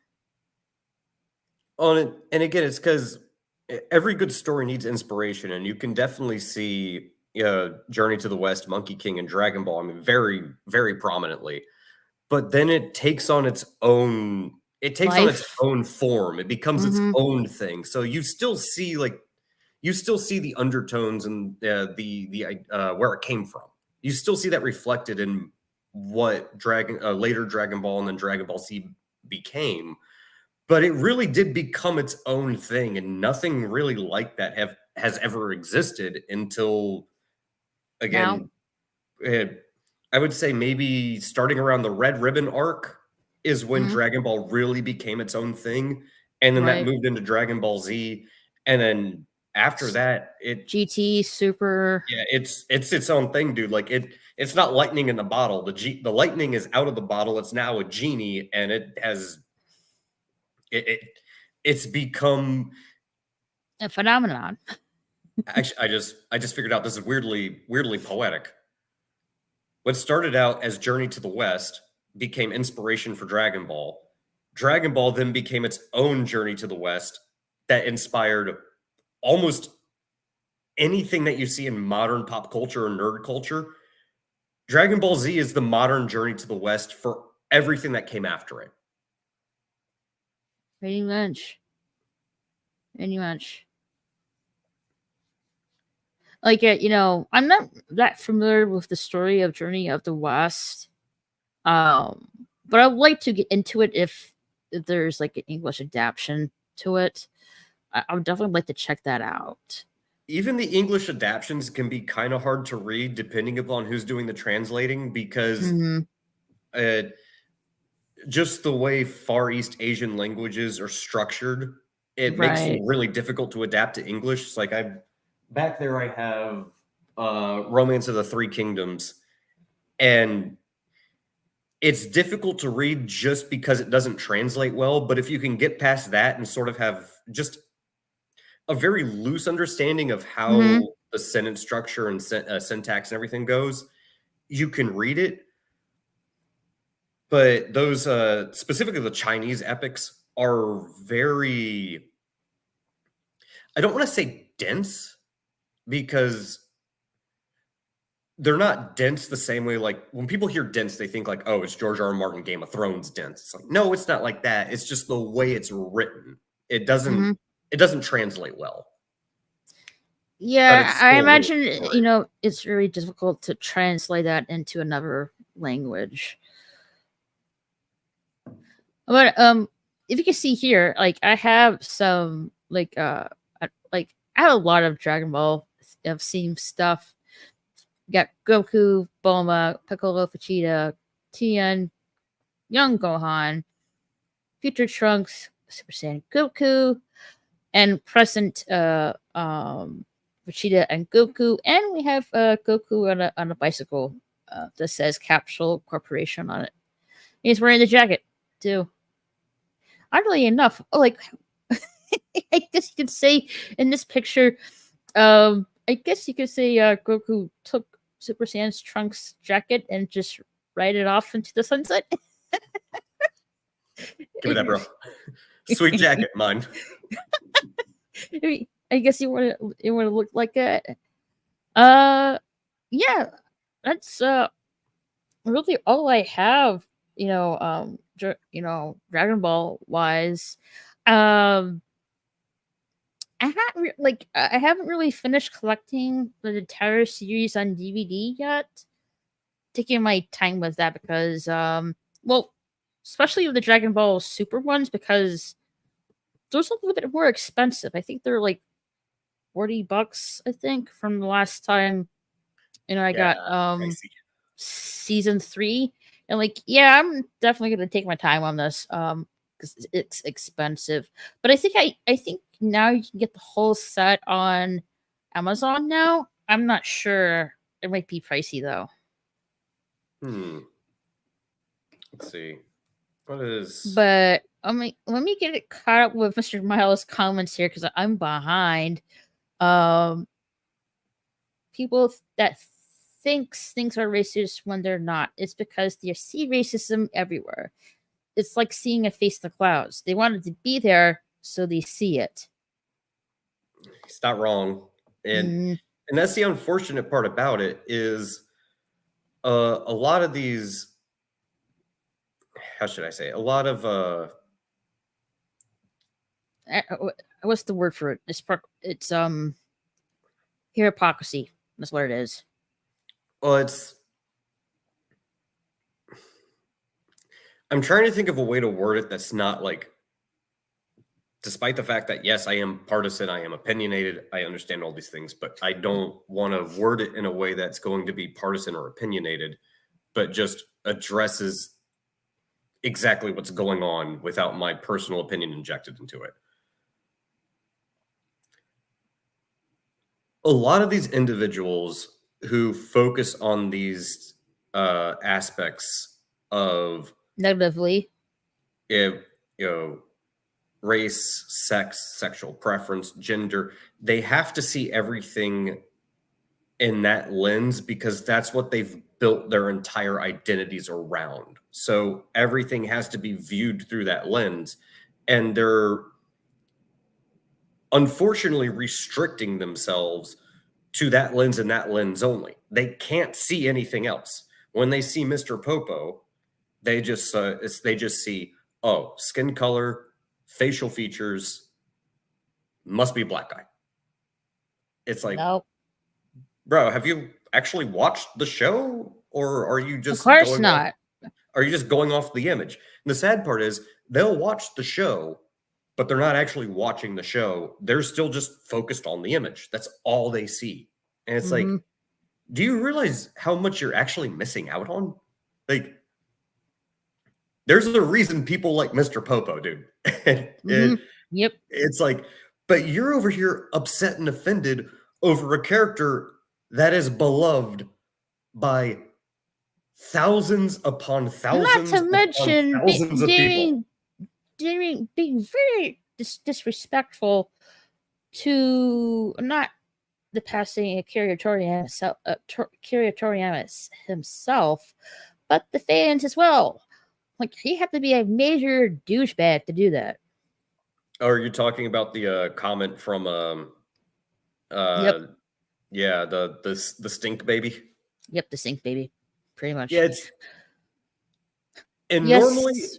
normally I would overlook something like that, despite the fact that I will admit I'm not exactly the type of person to let a company like Sweet Baby Inc. or Baby Ghost or Weird Ghosts go off the hook for the nonsense that they pull, because they're in the business of destroying hobbies, not creating things. Well, we'll just say this person just got his ass roasted with that comment. Well, as they should, because first off, you already have a spotlight on you, but you decide to make a tweet like that soon after the announcement of the passing of someone who is this beloved and influential. Like, bro, it would be shocking to me if you even had a job were it not for the groundwork.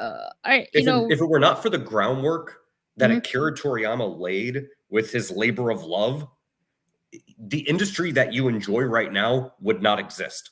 Right. Like, and you're going to pull that? Dumb move, bro. Dumb move. Some YouTuber did, like, a video on some kind of clip on Twitter I saw, pretty much roasting this dude, put this actual picture of this dude and pretty much called him out as Majin Buu, or the early version of Majin Buu. I'm like, oh, dude, like, calling him like Majin Buu and like other anime characters that are like heavy set and stuff like that. Like, oof, dude. I have to show you. I have to show you the video. I can't show it here, but I'll definitely actually I'll put it in the chat, but I can't show it here because YouTube might have my ass if it did that. Yeah. No, I gotta grab another beer. Oh, that's funny though. Holy shit. Let's see if I can get it.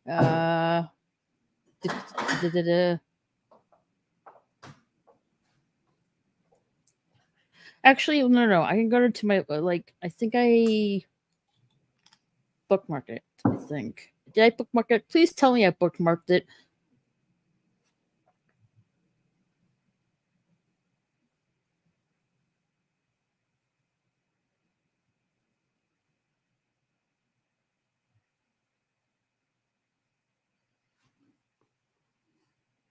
I mean, no, I did not. Okay, let me go to my likes. Maybe it's there. It's just very telling. So I'll pontificate while you look. It's very telling about these types of people that we're dealing with, where they're so quick to jump on, to judge and jump on people, judge others, but it's the fact that you wouldn't even say that before this news came out. So it's like, bro, you're just trying to clout chase an engagement farm. But here's the thing: that's such a stupid and short-sighted mentality. I never heard that word, like, farm. Like, what do you mean by farm? Like, hold on a minute. Like, oh, okay, so there's an extra meaning with the word farm now. Like, I didn't know engagement about that. Farming. So like somebody will say something controversial just so they can get clicks. It's like rage bait or hate bait. So, but they're like engagement farming. So they're trying to get people to engage with them. But here's the funny part. You get ratioed and then lock your Twitter account. So what's the point of trying to farm engagement? Like, are you just going for the trophy of like how can I piss everybody off regardless of political affiliation or fandom? Like, what are you trying to achieve? What are you trying to accomplish? I don't understand. I don't get it. It's mind-boggling to me. But here's the clip about the tweet I was just talking about. There's the clip of this person roasting that person's ass. There's the clip of it right there. You can check it out below in the chat. You have to check it out for yourself. But when we get to the rest of Mr. Miles' comments here, yes, own the actual BTC, not the ETF. Good move. That's nice, Dooku. Those cards, I mean, yeah, they're really sweet cards. Really perfectly preserved, too. I'm surprised they're in as good condition as they are. Before I forget about DBZ Abridged, the first handful of episodes are really rough. But the production values improve massively by the end of their first season. Okay. My favorite is Bleach, but FLCL is a close second. I'm not a fan of the FLCL or Fully Cooley. Yeah, what do you call it? Weird, man. It's very weird. Never seen Masoko Tensei. I'll check it out. I haven't either. I had to check it out as well. You definitely need to watch Masoko Tensei. Erectile dysfunction and emotional trauma. Why did my mind instantly go to Evangelion? I'm familiar with Evangelion, but not too much. I haven't really got around to it. Yeah, this Pokemon card will be worth money. You said entire collection. That means a G1 Charizard card. Yeah, that's money. Well, yeah. I don't know how much money they're going on eBay, but I don't know. I'm pretty sure I have the base set, Jungle, and Fossil all in first edition. I just don't know where they are. Digimon, Digital Monsters, Digimon Are the Champions. Yeah, I need to go back and watch that. My God, it's burned into my brain. Metal Greymon. Goku stole Masayoshi Susan that figure. Maybe. Oh, I'm pretty sure I still have Zoid. Do you remember the Zoids models? Zoids? Oh yeah, I'm familiar with the TV series, but I never have any figures of them though. There were like models you could put together that had like a wind-up motor in them, and they'd actually move. Oh, sweet! I'm pretty sure I have some of those somewhere too. Those are probably worth money. Yeah, I'm familiar with the Zoid TV show with BitCloud. That's the one I remember the most. Oh yeah, man, what was? Because there was the Zoids with. Oh, it was like the blue tiger. Liger. Yeah, it was the blue Liger. And then there was one where it was like. There was one where it was more like outlaw. Yeah, Zoids chaotic. The original one is Zoids Chaotic Century, and then the other one that I know of. I don't think that's the title of it. Let's see, Zoids. Well, because there was one that was more like based around like a war, and there was one that was more like outlaw-ish in style. I can't remember which one is which. I think Chaotic Century was the one that was built around like the war. Right. So Zoids Chaotic Century, which is the original Zoids, and then the sequel to it is Zoids New Century that stars BitCloud. So the Zoids New Century is the one I remember the most.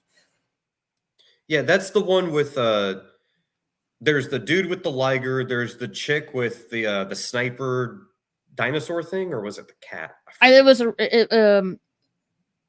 was the rhino, I think. Well, it looked like a rhino to me. Man, I don't remember.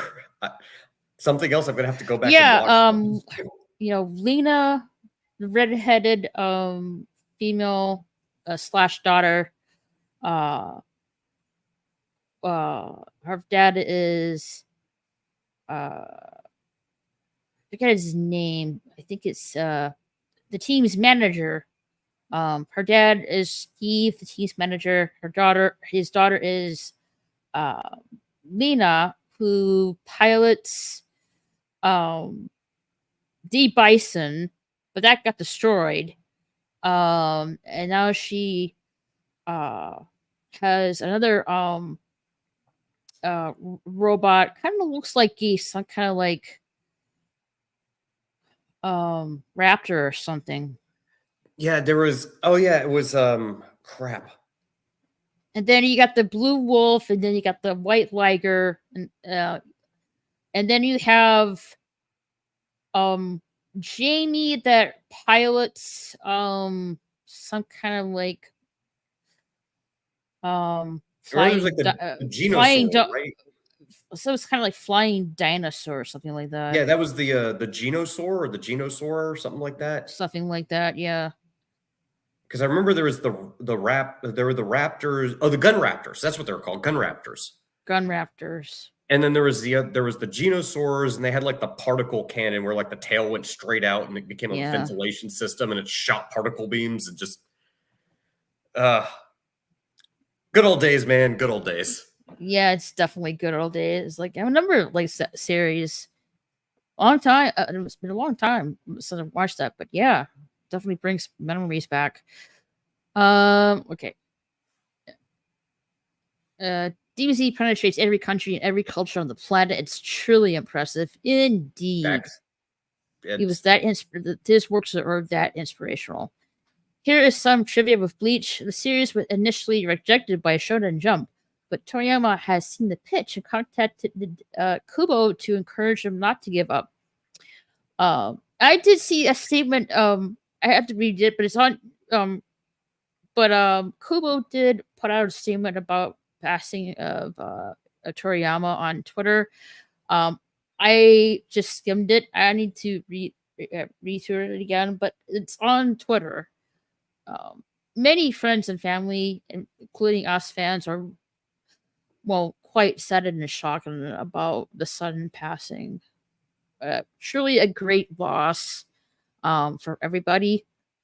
Not only it's inspirational, but it was, for me, it was part of my childhood. It means very different for everybody. For me, it's part of like my childhood. Is who I am as a person. I mean, I love Dragon Ball was essentially how I got into anime, really. And it's something that I continue watching to this day. And I, even though Akira Toriyama is no longer with us, I hope we can still see, Dragon Ball, and some of his works continuing on into the future. I would really love that. And I think everyone has the same sentiment to that. But at this point, who knows what's going to happen.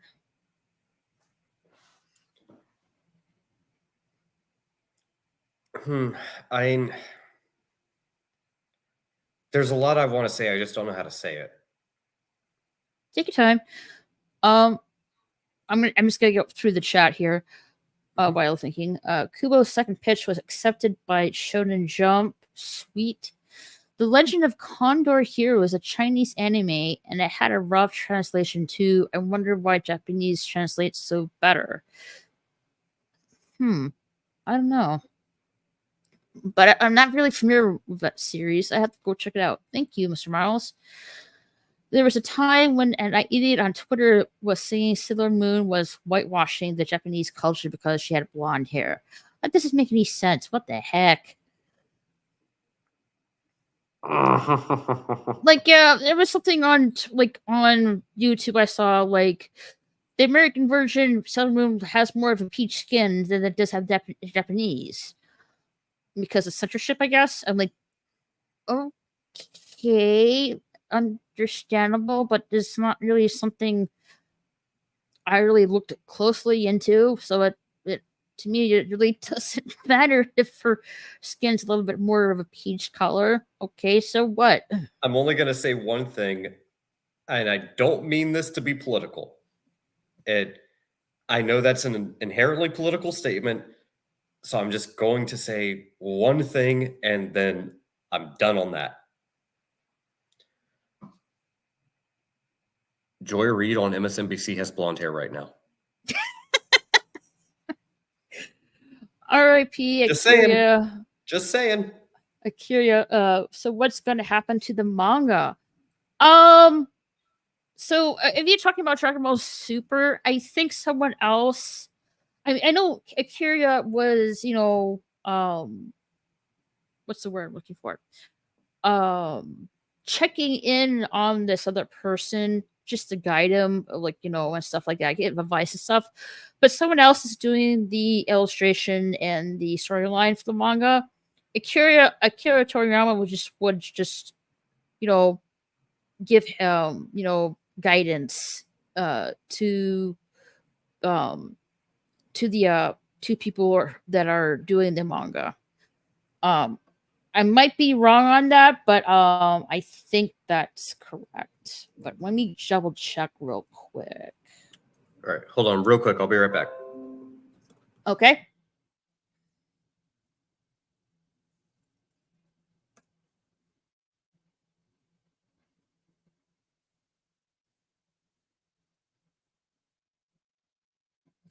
Yeah, okay. So it is written by Akira Toriyama and it's illustrated by Toyotaru.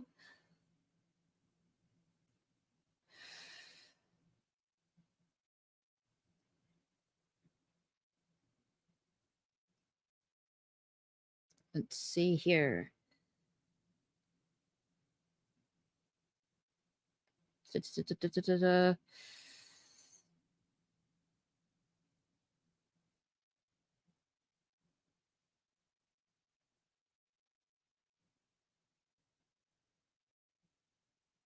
Let's see. I'm just reading here real quickly.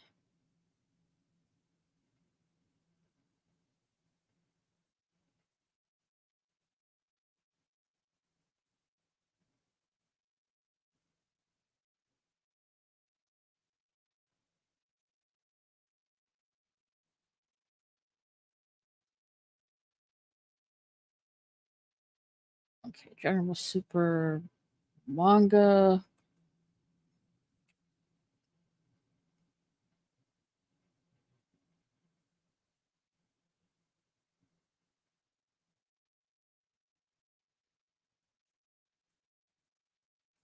Okay, as far as I looked, yeah, I'm sure Akira Toriyama has assistants help him with the storyline. So I'm assuming one of them might continue with the story. I'm sure eventually I think it was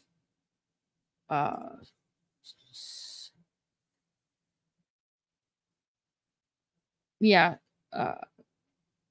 Suseisha and Viz Media will might put out a statement about that.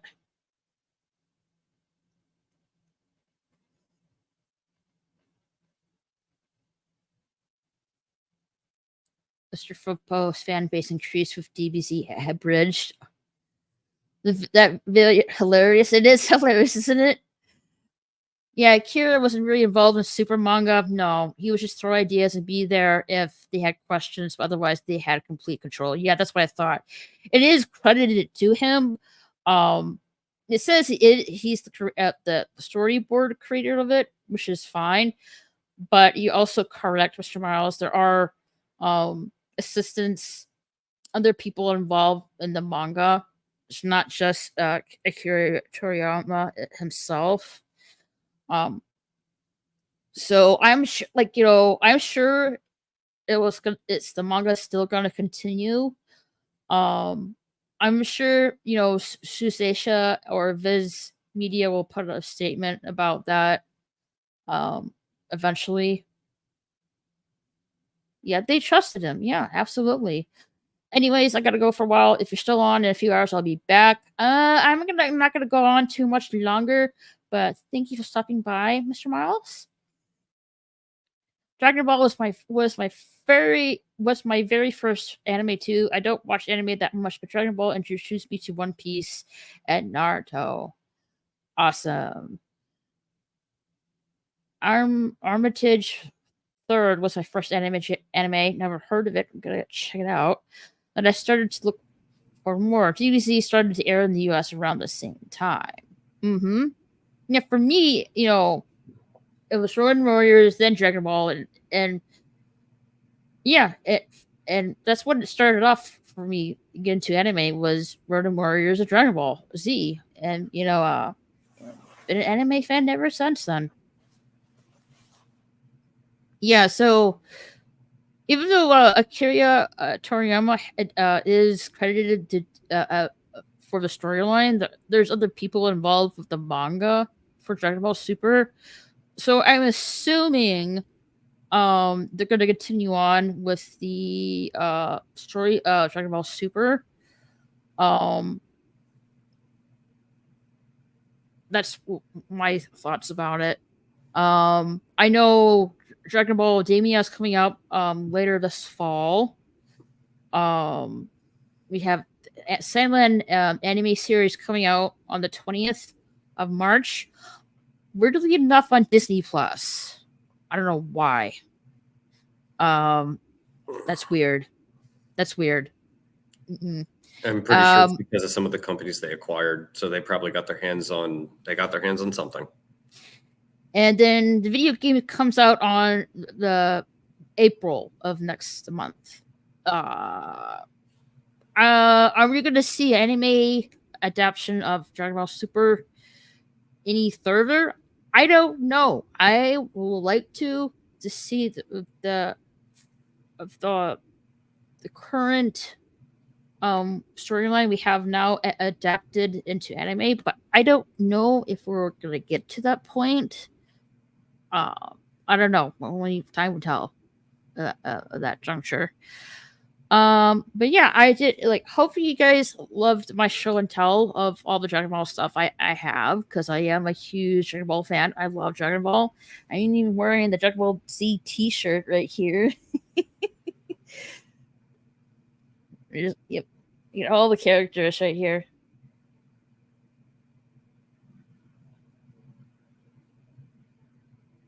Yeah. Dragon Ball Z is a huge part of my life, and it's part of my childhood. And Akira Toriyama is such an inspirational, not only to me, but everyone, especially who really love Dragon Ball. And even though he's gone, and we're definitely gonna miss him, I'm hope that it's going to be enjoyed in years to come, and I, for one, eagerly await what comes next. Doku, any final words before we take off here for the night? Yeah, I was thinking about exactly what I wanted to say, and I think I know the right way to say it. First off, before I begin, cheers to Akira Toriyama. Cheers. Thank you for everything. My life, my childhood, everything I've been able to enjoy for my 30 plus years on this earth would not have been the same without someone like that. And for that, I will be eternally grateful. Cheers to you, sir. Cheers. Definitely. For me, it definitely is part of my childhood. It definitely got me through the tough times that I had. I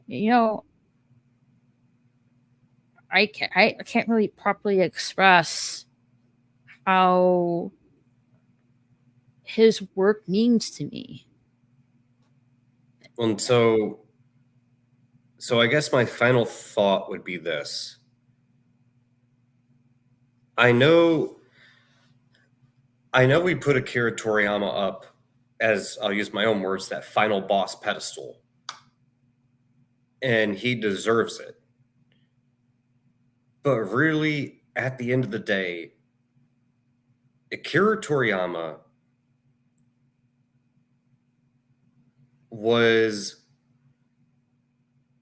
he never struck me as the type of individual, at least from, obviously I never met the guy, unfortunately. I wish I had. Same here. He never struck me as someone who was trying to seek fame or fortune or name or brand recognition or anything like that, despite the fact how big all the projects he worked on became, despite all the influence he had on what has now become mainstream modern pop culture. Akira Toriyama was Son Goku back at the beginning of Dragon Ball. He was a guy who was still in touch with still very well in touch with that child, boyish, fantastic imagination and vision that he managed to carry with him into his adult years and put that on paper and appeal to that sense of, childhood wonder, sense of adventure, and keep that spark in us even as we grew older. And we kept looking to that as like, yes, this speaks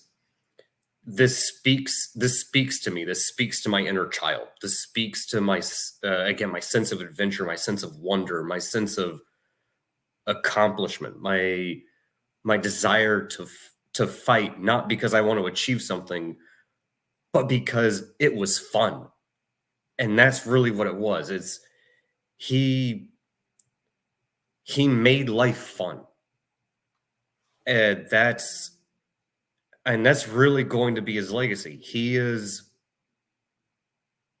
the man that to this day still keeps that boyish childhood sense of adventure dream going in me, because that's what he did, and he did it so well that it's going to go down in history as one of the most iconic and just,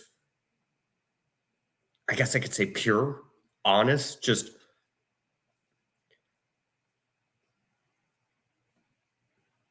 I don't want to use the term shonen because I think it's beyond that. It's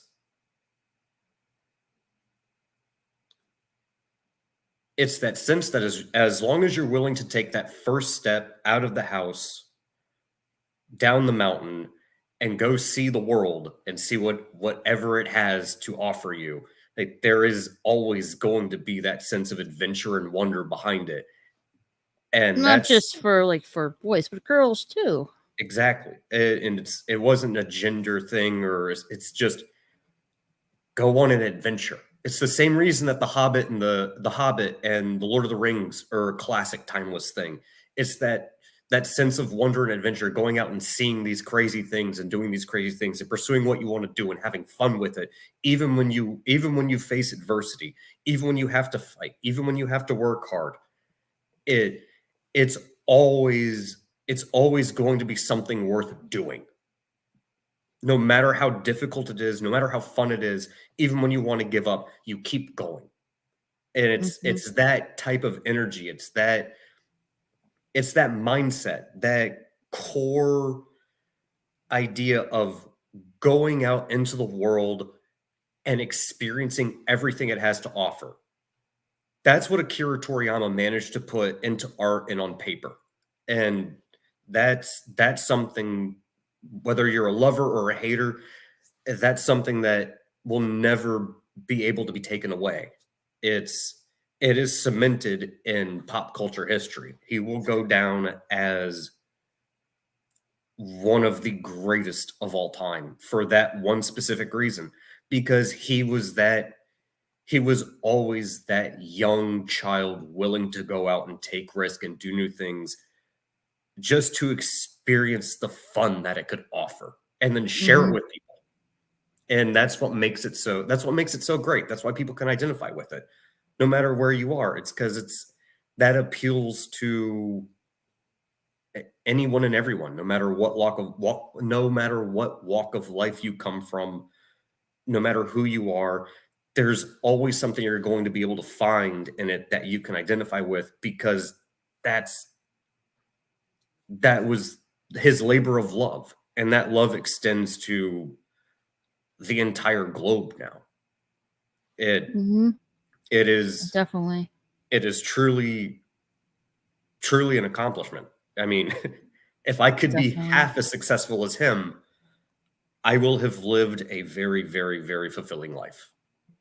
And he did. He really did. He really did live a very fulfilling life. Even though he's gone, we shall miss him. He's just going on in his next adventure that is everlasting. And before I forget, totally forgot I was going to show this. But I do have... it is related to Dragon Quest. And it's called Dragon Quest: The Adventure of Dai. See, his mark is on everything, man. No matter where you look, if you will see it. Yep, I have let's see, I got 1, 2.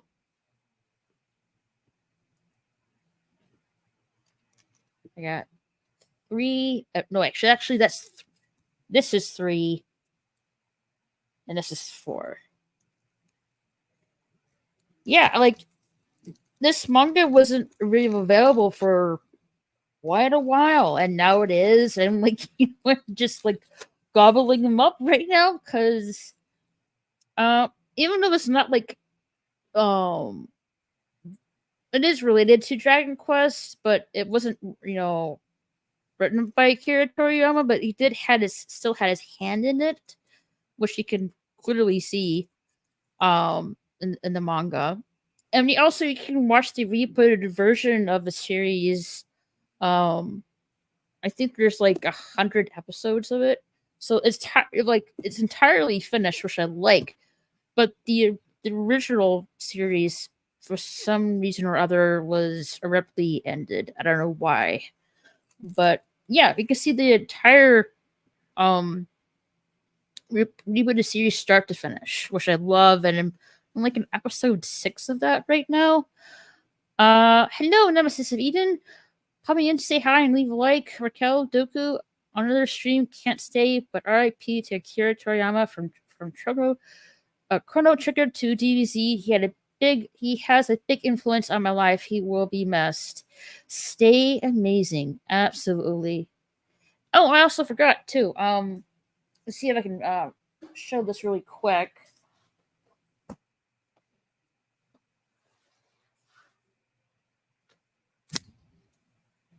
It's been a while since I've been to a convention. I don't know about you, Doku. But I did able to see some of these people when I was still going to conventions and stuff. I haven't been so for I think it's been 5 years, I think. But yeah. I forget I think her name is Stephanie, the original Bulma. I got to see her. I don't remember. The original Bulma, Stephanie. And I also got to see Tob Habicorn, who does Rock, I think, Draco the Galactic Patrolman. Oh God, I got to see him too. I both love and hate that character so much. I got the manga for of his story. I have a strong love-hate relationship with that character. Yeah, I also got to see Scott McNeil, he did Piccolo. He signed one of the Roll Scrolls for me. And of course, I did see Vic Mignogna. Bit of a tongue twister right there. But yeah, Akira Toriyama's work has a very big influence in my life as well. Part of my childhood, something I continue to enjoy for years to come. Yeah, I can't really properly express how his works mean to me, especially with Dragon Ball. Like some of these other works, I'm not really familiar, but I love them so much. I like to get into them. It's just time is a factor for me. You know what I mean? But I like to get around to it if I can. But yeah, I'm definitely saddened to hear his passing. I'm definitely gonna miss him. I hope his works continue to be enjoyed for years to come. And